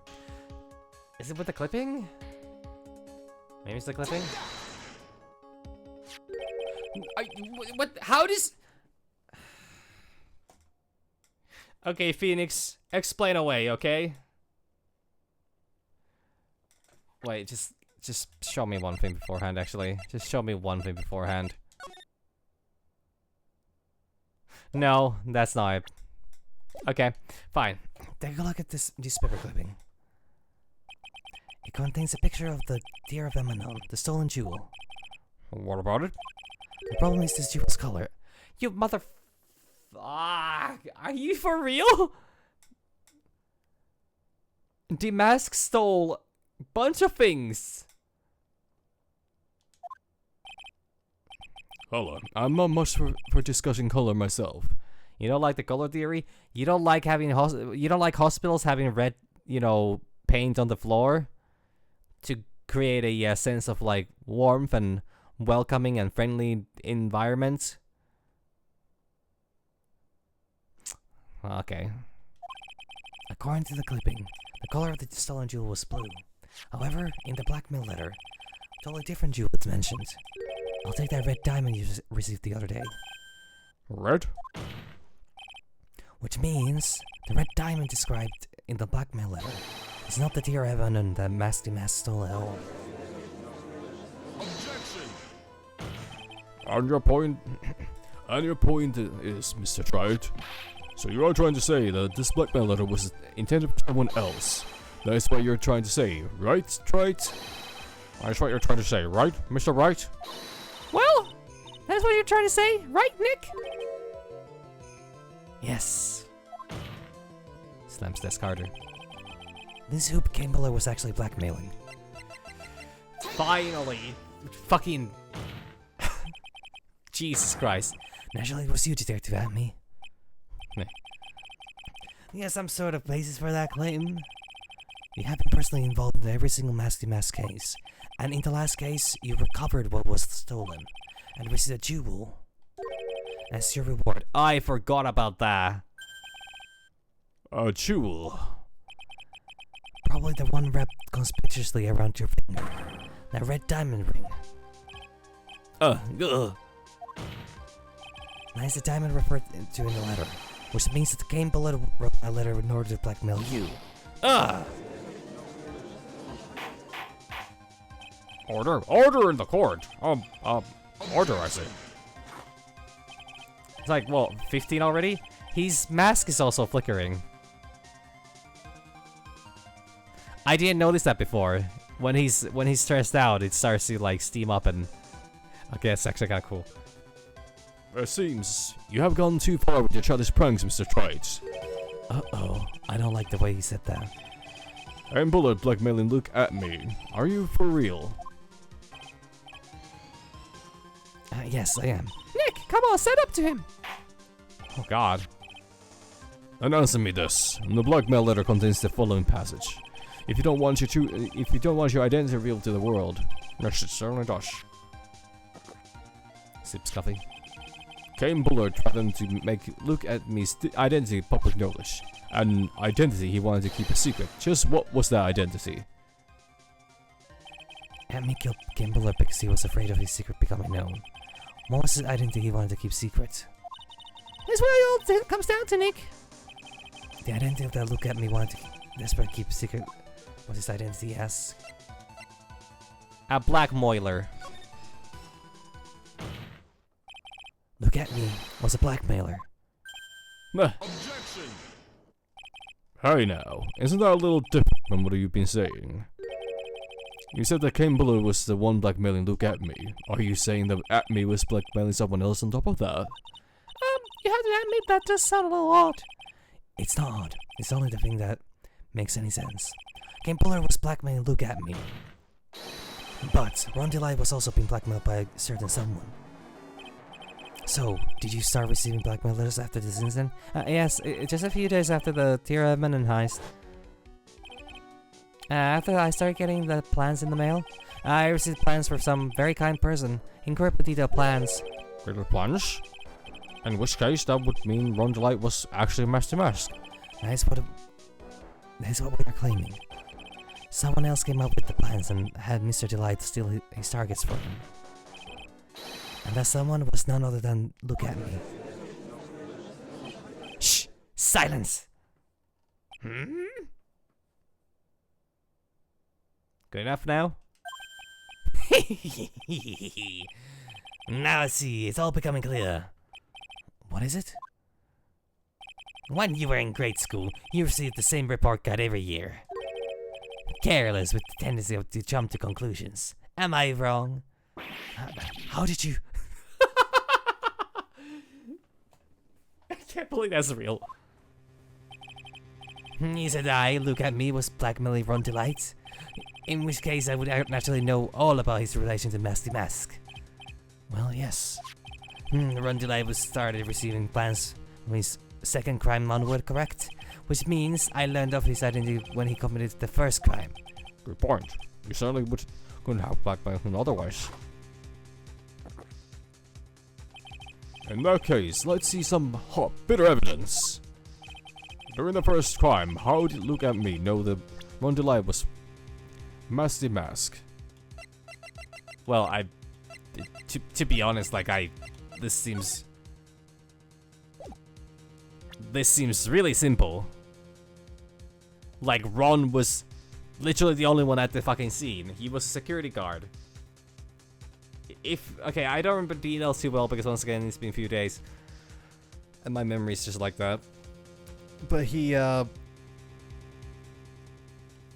pretty sure the whole idea was that nobody else could have been it but Ron. I don't know how the police missed it, but like, it was Ron. It absolutely was Ron. And anybody with even half a brain would have realized it. Because he also dumped oh yeah. He ditched the costume. Well, now the question is, does the game want me to show the fact that, you know, like, he was on the case and, you know, figured it out? Or that, you know, since the costume was ditched, like, Atme must have found it. You know, just as a side note, I actually have to say, this game has been a real revelation. Now, I'm not much of a writer. I don't really write anything. I don't think I've really written anything in a while. But the funny thing is, this game having characters like Look At Me makes me feel a lot more, you know, makes me feel a lot better about giving things weird names in, like, for example, in Monster Hunter Stories. Like, I don't think Atme is a real name. Well, at least not a very popular one. And these are all just puns of different kinds. And the game actually pulls it off quite well, where they're not like... Okay, there's been some that have been quite ridiculous, but like, I do like the way that they've done the whole, like, they make it work surprisingly well. But anyways, yeah, I guess I'll try this one. I think I see it. Let's see what. When you were in grade school, you received the same report card every year. Gets into lots of mischief trying to be the center of attention. What do you mean? This newspaper clipping. It has a picture of you and Ron Delight in his garden uniform. It seems that Masty Mask didn't just disappear into thin air. He just took off his outfit and hid it in a bucket. That sounds far too stupid to be true. Correct. With tricks like that, he couldn't fool a baby, let alone an ace detective. And that's when he figured it out, Mr. Atme. That's when he learned that under his mask, Masty Mask... Oh, wait. Why is it supposed to be Masty Mask? Not only that, it looks like he wasn't even an ace detective. I can't believe it, he was just a likely blackmailer. What a fraud, trying to pass himself off as a ace detective. Is it gonna break here? Is this where he snaps? Is this too much pressure? Under pressure. Why you? You dare you expose How dare you expose me like that? Why, I mean, I've never blackmailed anyone in my life. I'm a famous and proud ace detective, and also Masty Mask. Why can't you understand that? I'm afraid you were neither a proud thief nor an ace detective. You're a blackmailer and a murderer. That is your true identity. Why you? How dare you all go such a loaded yourself with those big mouths of yours. I say none of you can compare you to my genius. So go on, desecrate me, commemorate me. The ace detective cannot handle blackmail murder. Ah ha ha ha! Oh, holy shit! It's enough to make one laugh. Well, you fucking lost it. I'm ashamed we're finally arrived at the real answer. That was quite a performance by Mr. Atme. Murder. Please prepare yourself for Mr. Abner. Objection! Still?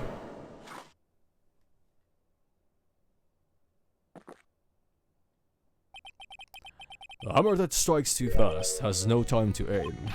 What do you mean? I'm already prepared to deliver my ruling. Allow me to say one thing. I will be the one to judge. Huh? That's not how this works. You don't get much more in your face than that. It appears that your claws weren't quite sharp enough, Mr. Wright. What do you... It's true that you've proven a lot of things. Things like Luke Atme was a filthy blackmailer. And that he wasn't at Lord Taylor that night of the murder. That's right. That's why he's the one who killed Mr. Bull. But there's still one thing you have yet to prove. What's that? Just because he wasn't at the warehouse doesn't mean he was at the murder scene. Therefore, if you can't prove that this pitiful excuse for a man who was at KP Security, then I don't see how a verdict can be delivered.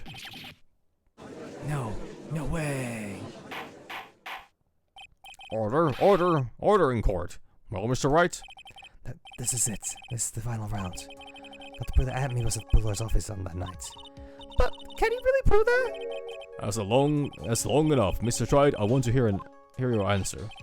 That night, Luke Atme was at KP Security and the defense.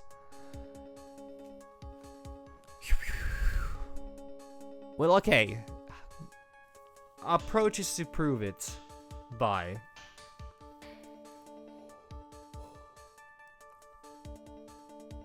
no fingerprints on the... He always wears gloves, no fingerprints on the alarm.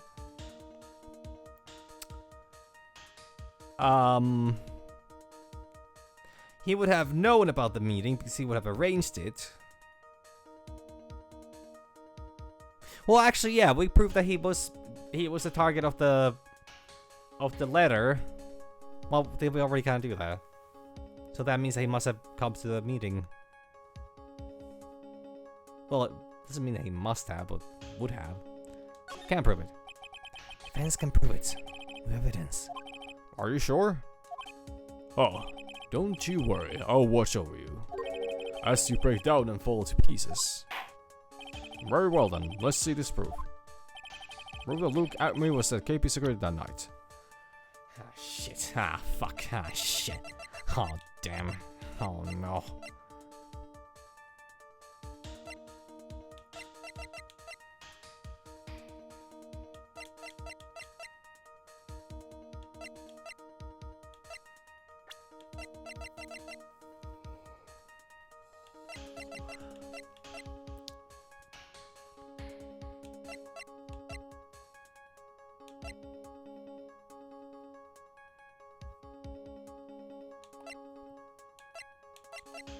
Let me see.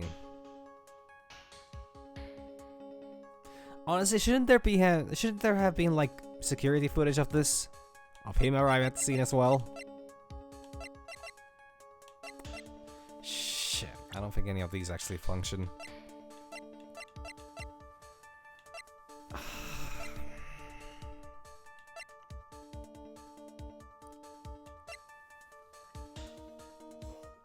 Ugh.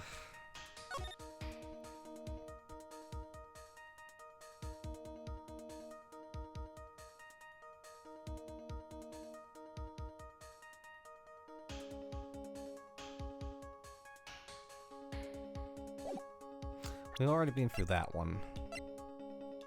Anything Anything that physically... Honestly, the buzzer is the only thing that directly ties into the location. So this is my best. This is the proof. Nope. It's true. That is very important. However, I'm not so foolish to think that this will pass for evidence here. Mr. Tride, it's time you learned the true flavor of life. Here again. The flavor of my special Godot blend number 49. Well, Mr. Wright? It's bitter, very bitter. Come on, Nick! Don't give up now! What do I do? If I make a mistake here, it's over.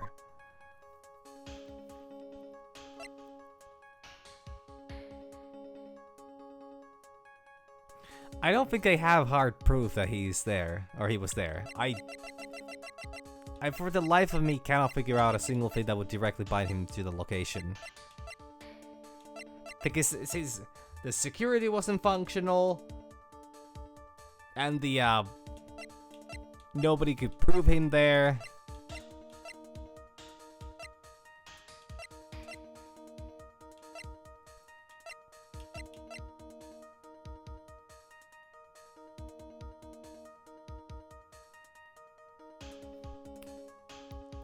The Shikishido.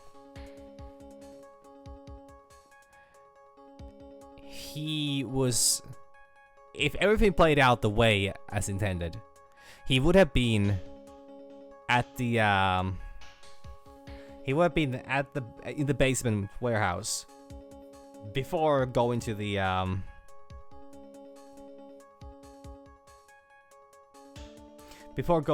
meeting. He would have grabbed the Shikishido, bonked,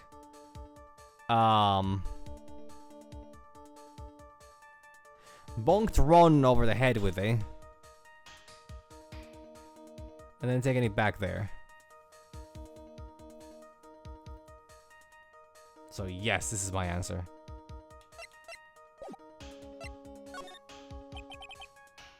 That's proof with evidence. Huh. Don't you? I'll watch over you. And if it's not that one, I'm gonna try the no evidence. Who to look at me was I gave you security that night. That's the proof. Nope. Okay. Well, damn. Can't prove it. I can't prove it. Just as I thought. But if we hear more of Detective Atmy's testimony, Objection! Unfortunately, that's as far as you go, Mr. Triad. what do you mean? I won't allow for any more testimony, that's what I mean. What? How can he decide? Have you forgotten? Luke Atmy is here after we interrupted his own trial, and you have failed to prove that he committed the murder. I think it's time for this witness to return to his own trial, and face his guilty verdict as Master Mask. No. Well now, Mr. Liar, it seems that love wins out in the end after all. I am the ace detective as well as Master Mask. My verdict will verify that. Just as Ron Deliza will verify that he is the true murderer. I declare that with the full force of my ace detectiveness. Order in the court. That's enough deliberation over this witness. I can't believe this at this rate, Ron is. Don't give up now, Nick. We still have tomorrow. We can look for more evidence and... By then it will be too late. Huh? But why?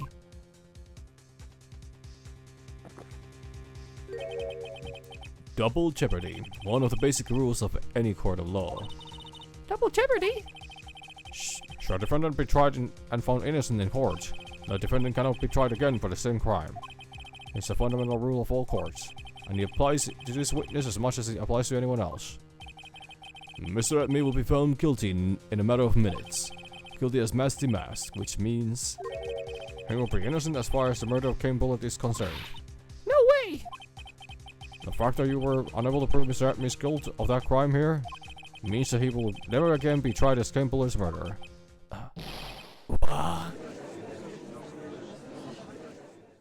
Well, that fucking sucks. There's nothing I can possibly do to win. Even if Ron is proclaimed to be innocent, the real killer, Luke at me, will go free. You have cross-examined every statement the witness has made here today. And as long as there is no more testimony, I'm afraid I have to declare that there will be no further questioning of this witness. Are there any objections? Alright, come on, Mia, just appear out of nowhere. And I hereby end the cross-examination. Look at me.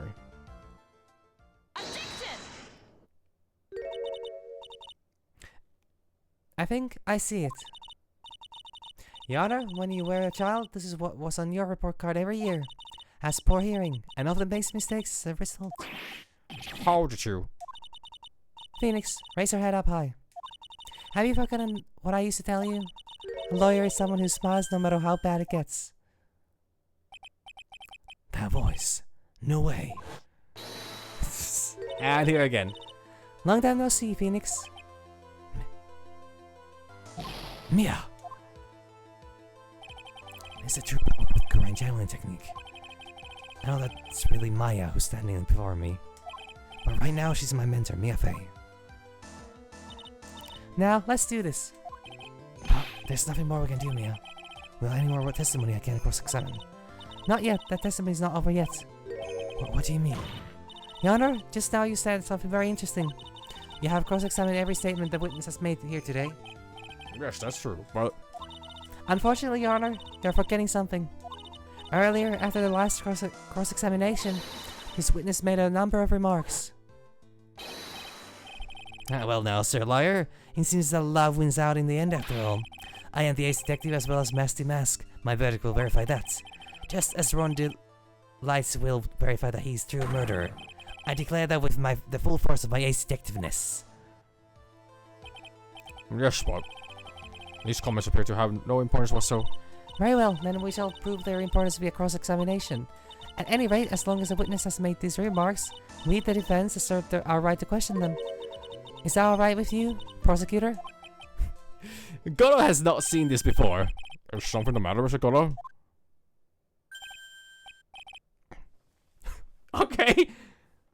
Oh, nothing. Sir Lawyer, it looks like you're one step too late.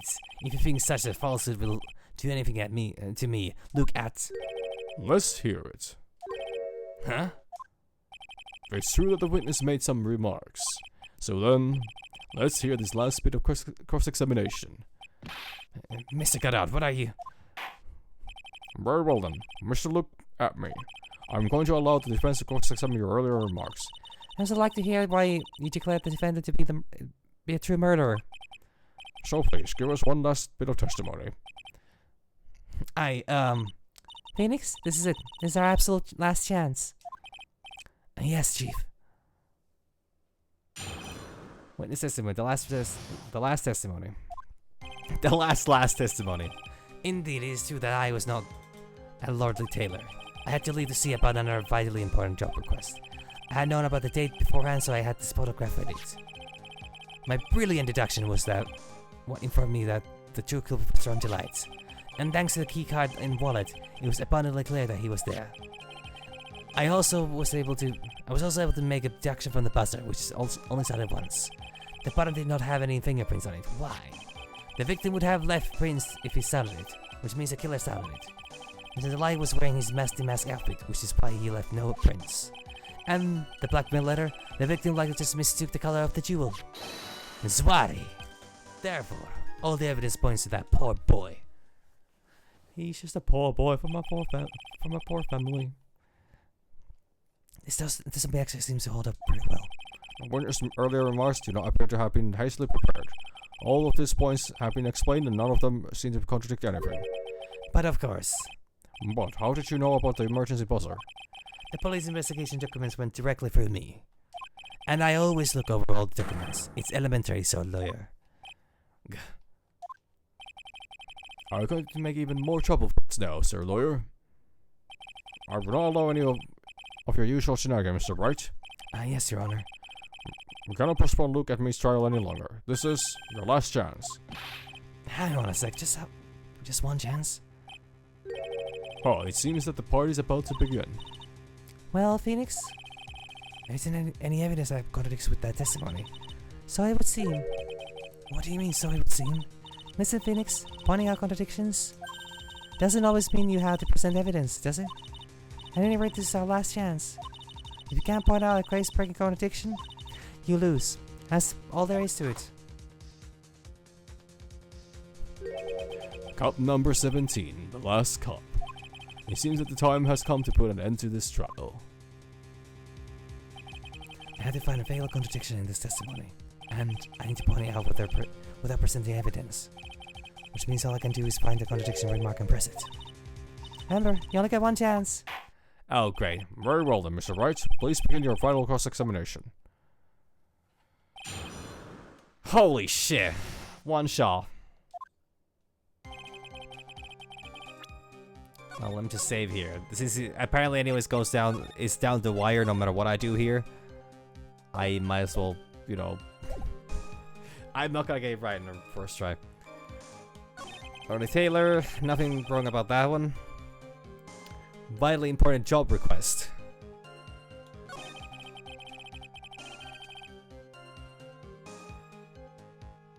He knew about the...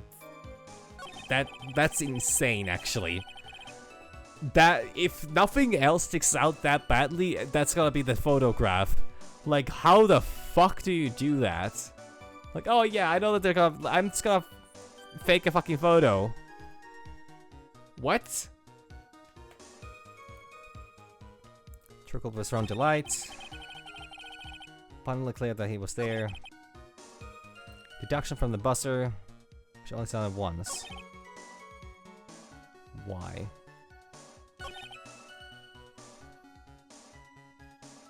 Killer sounded it.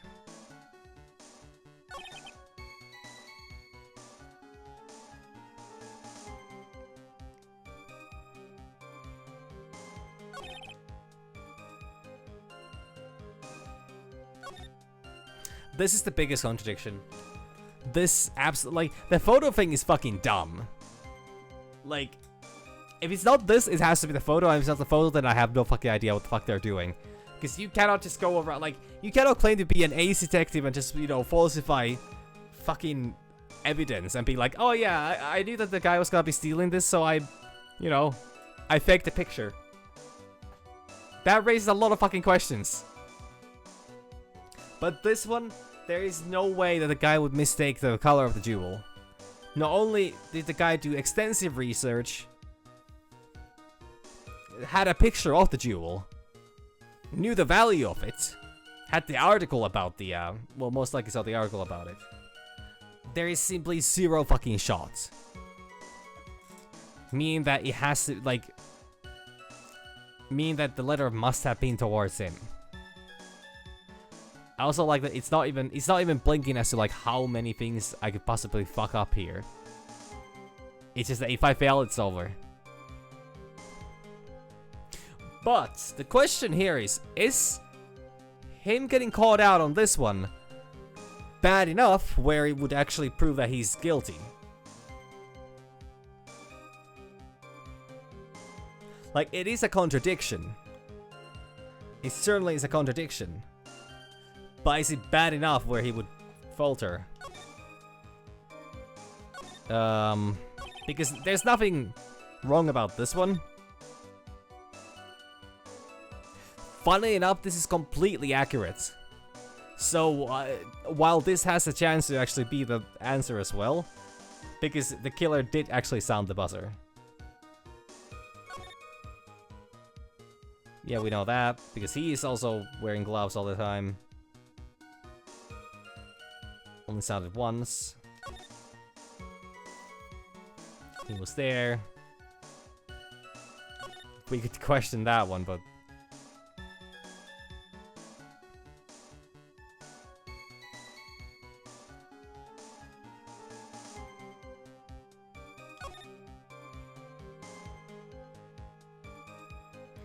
This, we can't really prove or disprove this one. So this got left up in the air.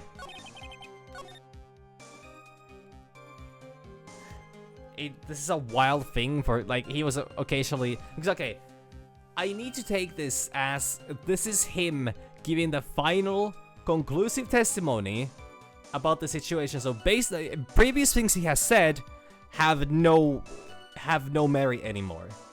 So this is him coming clean about not being a Lord Retailer. So we cannot accuse him, we cannot press him on that. Because now he's technically like, oh yeah, I have all these things, and we cannot prove this to be wrong either.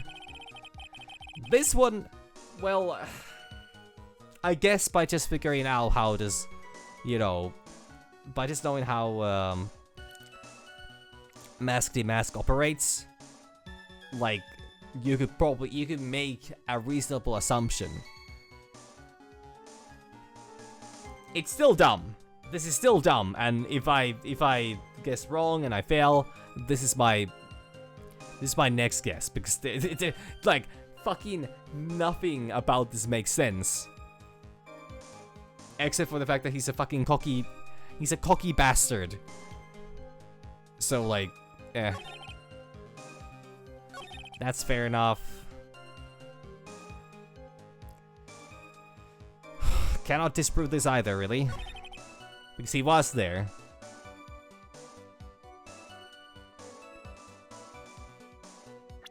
Actually, about that buzzer, it was once only, right?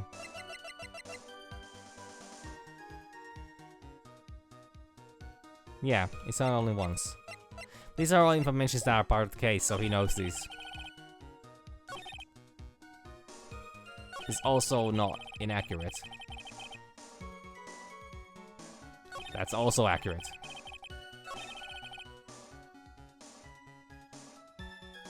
This isn't exactly true either, but like, I'm gonna say this one.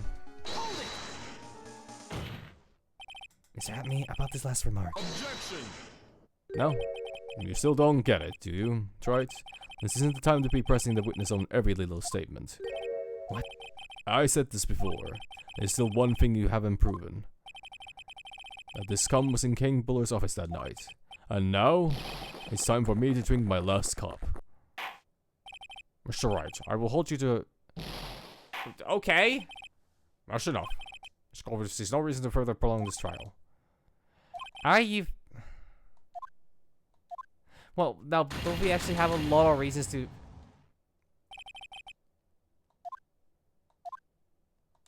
We have a lot of reasons to doubt that he was a killer. That's a wild fucking statement. Anyways. Back here we go. Okay, so apparently it's not the...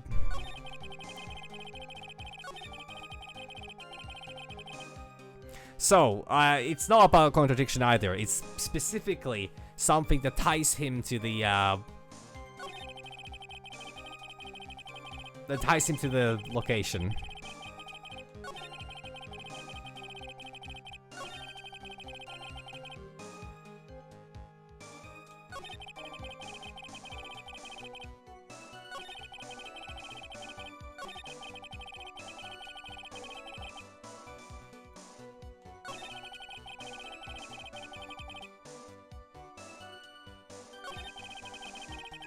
So it's not this thing.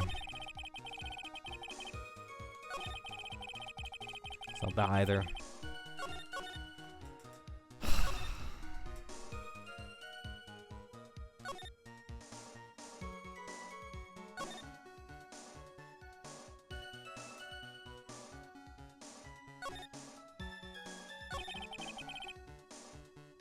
Keycard and wallet.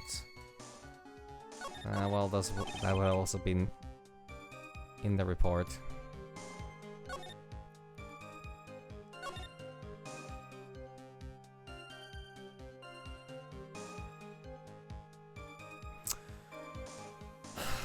I really don't know. Like, these are all quite equally... There's like a couple that stand out.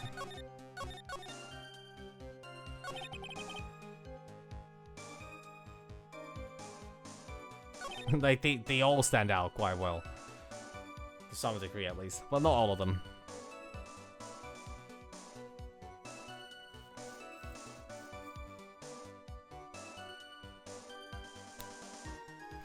this one actually. There's another angle I'm not looking at this from. Like, since if he was presumably the blackmailer, like...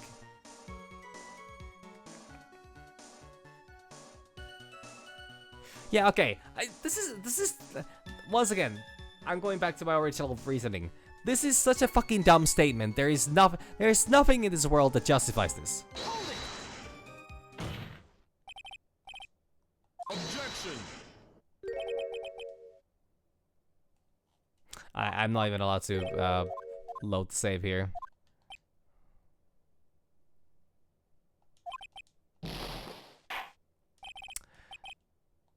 Fuck, it wasn't good enough.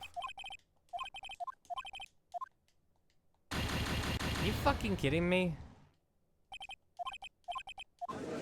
Ugh. It's gotta be a shot in the dark in that case. Like, there's so many dumb statements that he says there.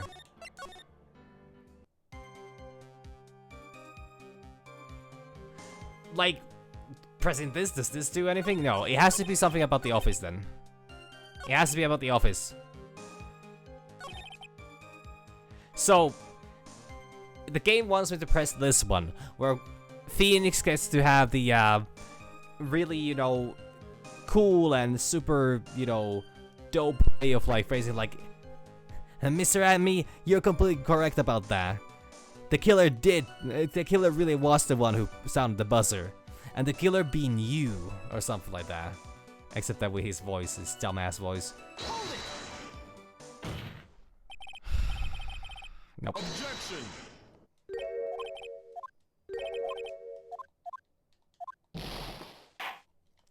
Well, shit. You fucking...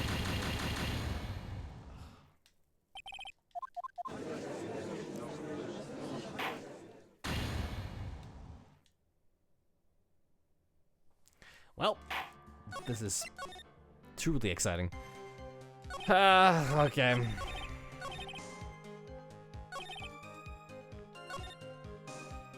It's the fact that he's bringing out the buzzer sounding only once.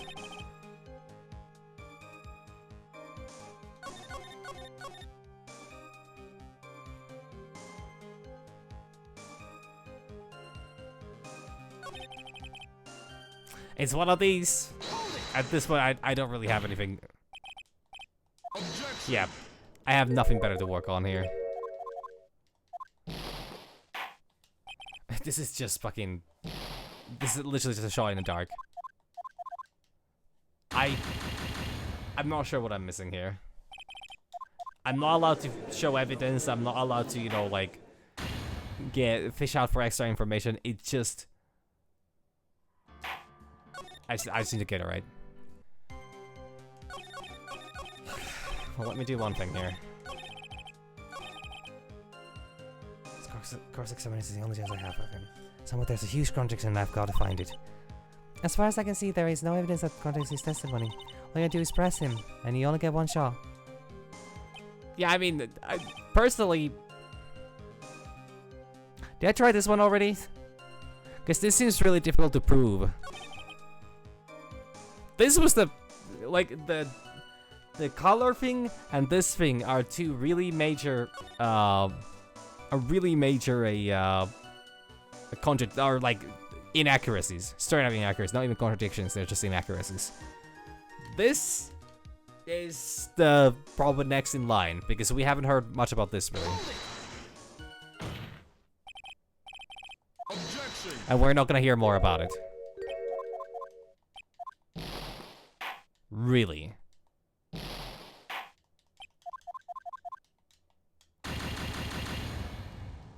Dang. Are you fucking serious with this? Oh my god. Thank god I saved there. Especially because it literally doesn't make a difference. I'm gonna get omega punished the moment I fucking try anything here. Okay, so I haven't tried this one, I have tried this one, I have tried this one. I haven't tried this one.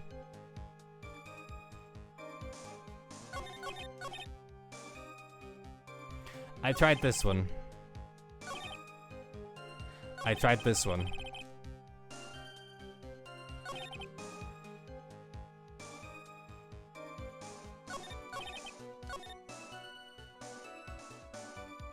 Is it the outfit then?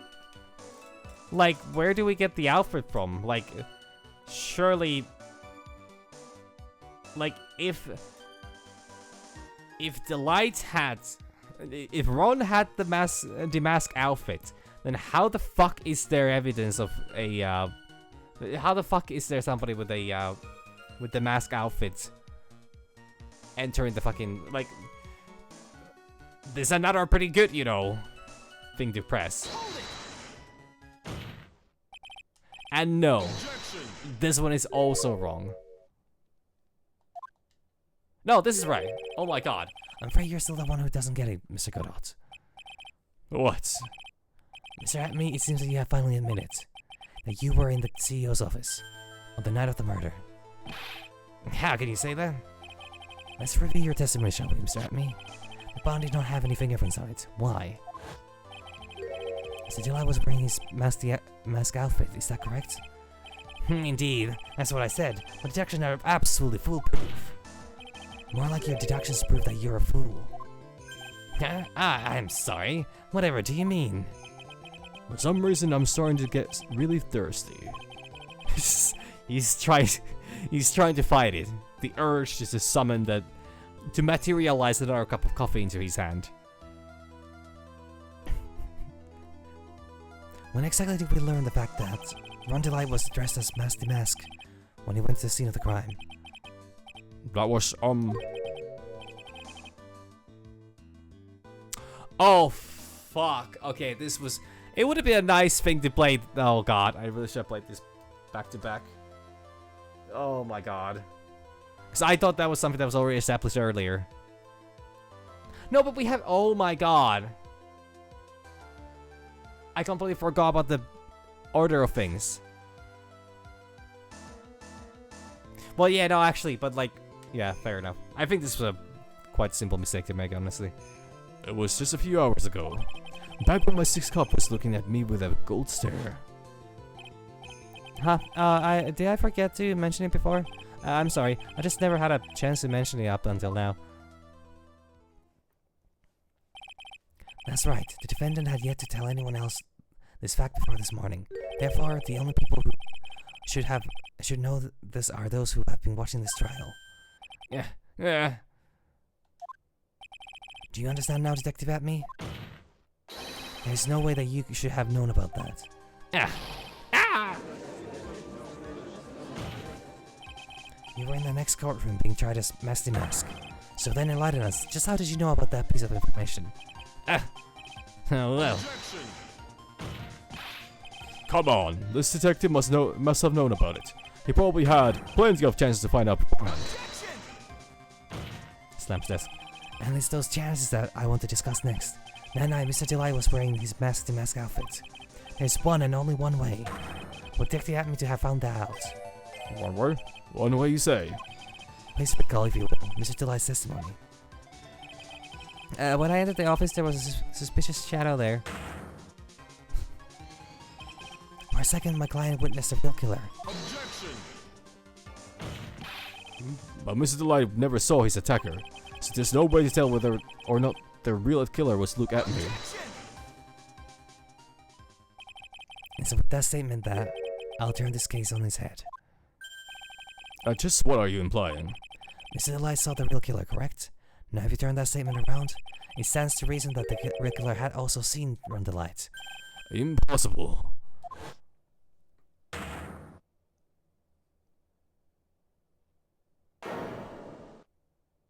Wow. Wow. I never could have believed it. I was so sure it was... it was a sideways Geodude. Detective Atme, you saw Mask the Mask at the murder scene that night. You saw him when you killed Game Bullet and assaulted Ron Delight. That's the only way that you could have known that what Ron was wearing. Oh no. Oh my god. What the fuck? He's ascending. Okay, it's pretty good. Oh, that did not capture properly. Dang, good look, everyone. Unable to find a rival worthy of my genius, I was forced to create one by myself. Here I am, a tragic clown. That's the same line you gave yesterday. But I think there's a little more meaning behind it this time. An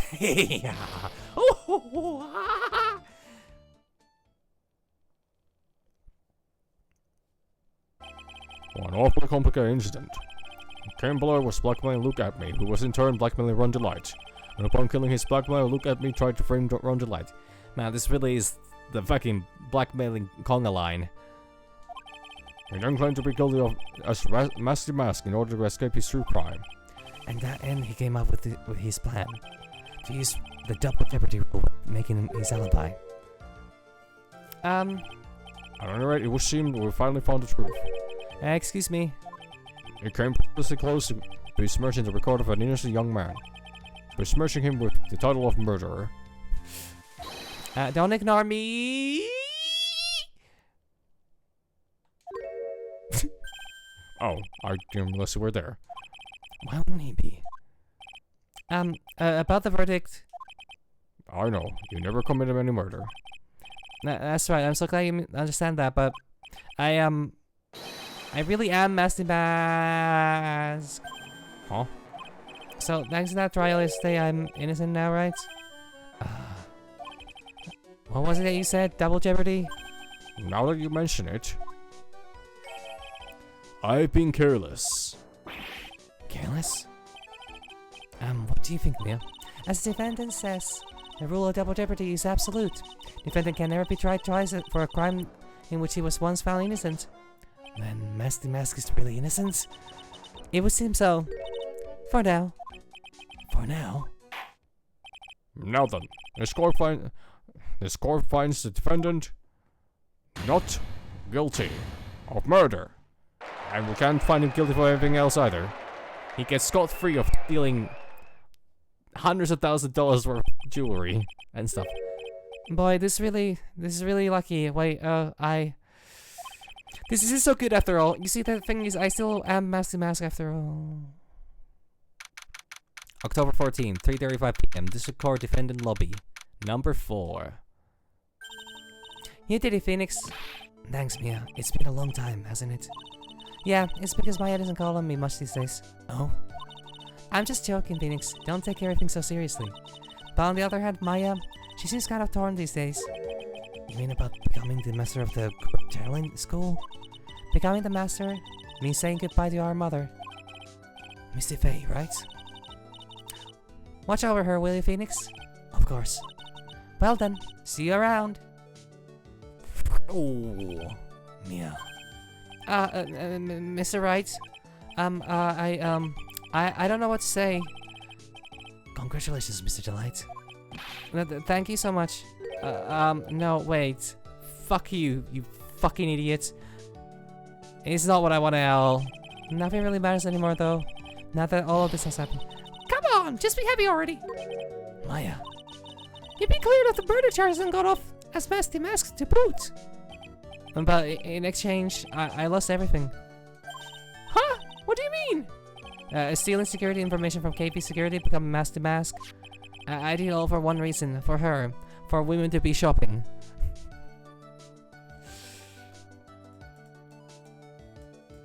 This is still so fucking ridiculous. But it wouldn't be an Ace Attorney game if it wasn't ridiculous. You mean your wife, Desiree? She hates criminals more than anything. Come to think of it, she was once held hostage by some robbers, wasn't she? She always said how she hated sneaky criminals. I knew that, I knew that, but once I got fired from KP Security and lost all the money I had, she wouldn't have any reason to stay with me. Like, he could have just kept working. This all started because he was stealing stuff. I thought she would leave me for sure.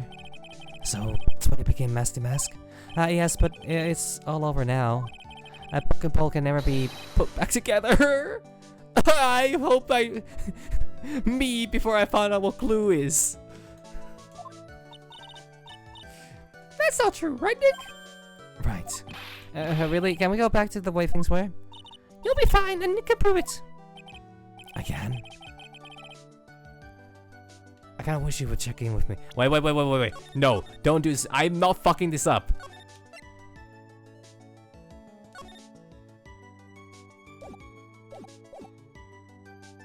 I kinda wish you would check with me first. Mr. Light, even if the bowl is broken, there's always a way to put it back together. Oh, well, this is easy. This is so easy. For once, I actually know what to do here. I'm not gonna keep the whip this time. The second urn, Desi was the one who found this. Desiree, you're right. She's always believed in you, Ron. That's why you'll be fine. You don't have to worry about anything. There you are. And Mr. Light. You did it, Ronnie. You're innocent. I'm so happy. Thank you. I appreciate that, but I suppose you don't want anything more to do with me, do you? Ronnie, why didn't you talk to me about what was going on? I had no idea you quit KB Security. I never imagined that you were really Master Mask either. Mr. Knight, what are you going to do now that you know? You're not going to really leave him, are you?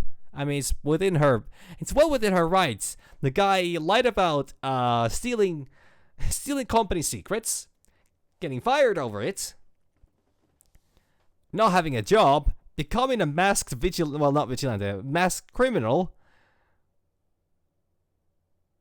getting blackmailed as a masked criminal to commit more crimes as a masked criminal, about the money he was making as that criminal because he was losing that on the blackmail and also just probably not knowing how to fucking sell things. Overall, he's a bit of a fucking ass. But I guess true love prevails or whatever.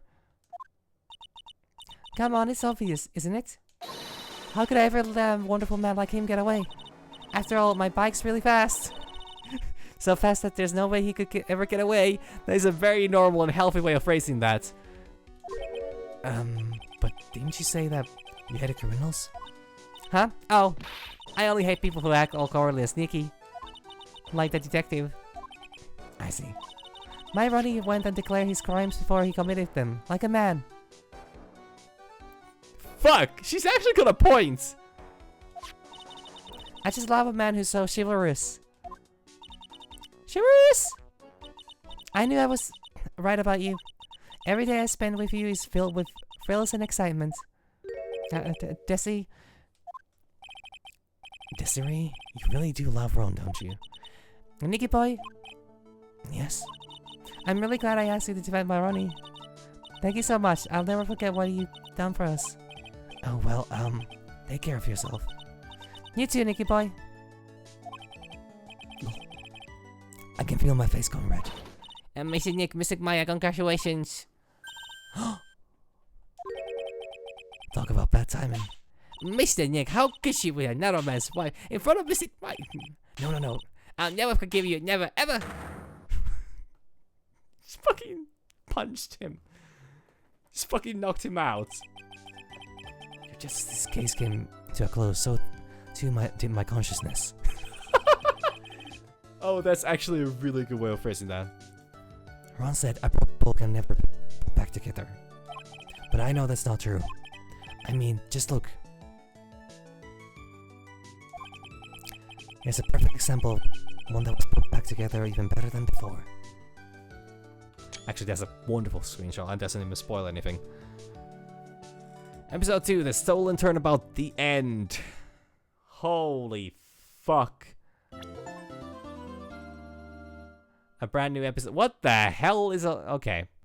Brand new episode has been added. Save your progress up to this point. I'm actually gonna call this here.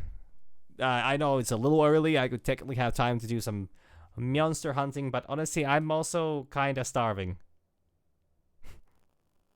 Like, I kind of had the realization I haven't eaten anything in 6 hours. 7 hours. You know, I'm not obligated to make any incriminating statements about myself, but I actually really should go eat something and drink something as well. So Yeah. I'll just watch the intro to the next one. Shut up. This causes no reason to further prolong the trial. This case is extremely clear. I see no room for misinterpretation of the facts. It wasn't me, I swear it wasn't me. The evidence and testimony we have seen and heard are conclusive. The victim was alone at his table when he drank from that poison cup of coffee. Wait, is this gonna be Maya again? No, I know what I saw. I saw.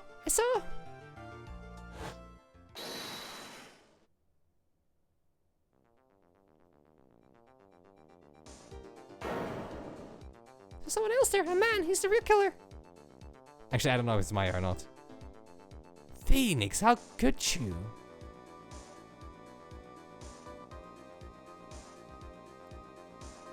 Sparkle, sparkle.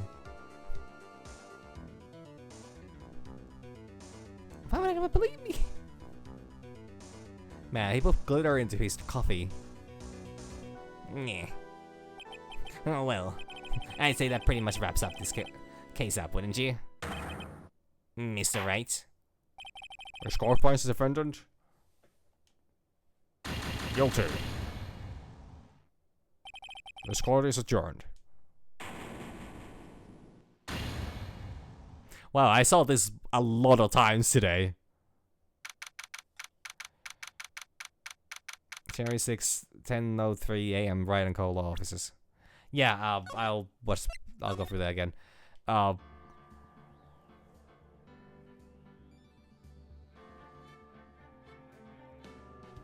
Yeah, that's it.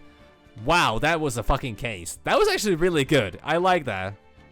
I was worried it's gonna be even longer than that there's gonna be another day of investigation. But they actually wrapped that up quite well.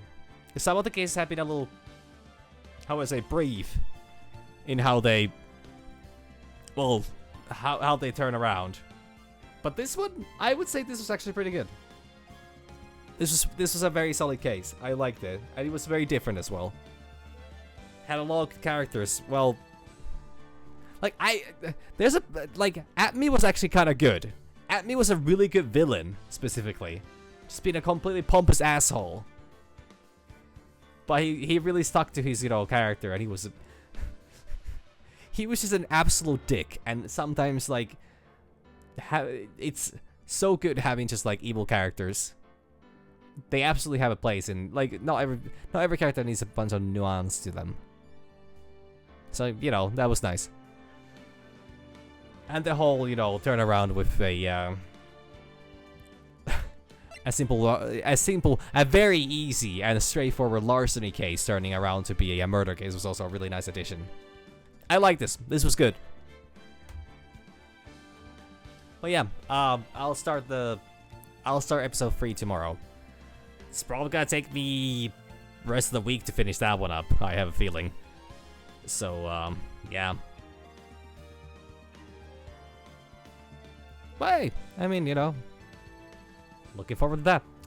Anyways, thank you all. And, I know I'm ending a little early, but, I gotta, at some point I gotta, also, I actually have things I need to take care of I need to prepare for tomorrow, so I should also sleep. Try, at least. So, bye, sees.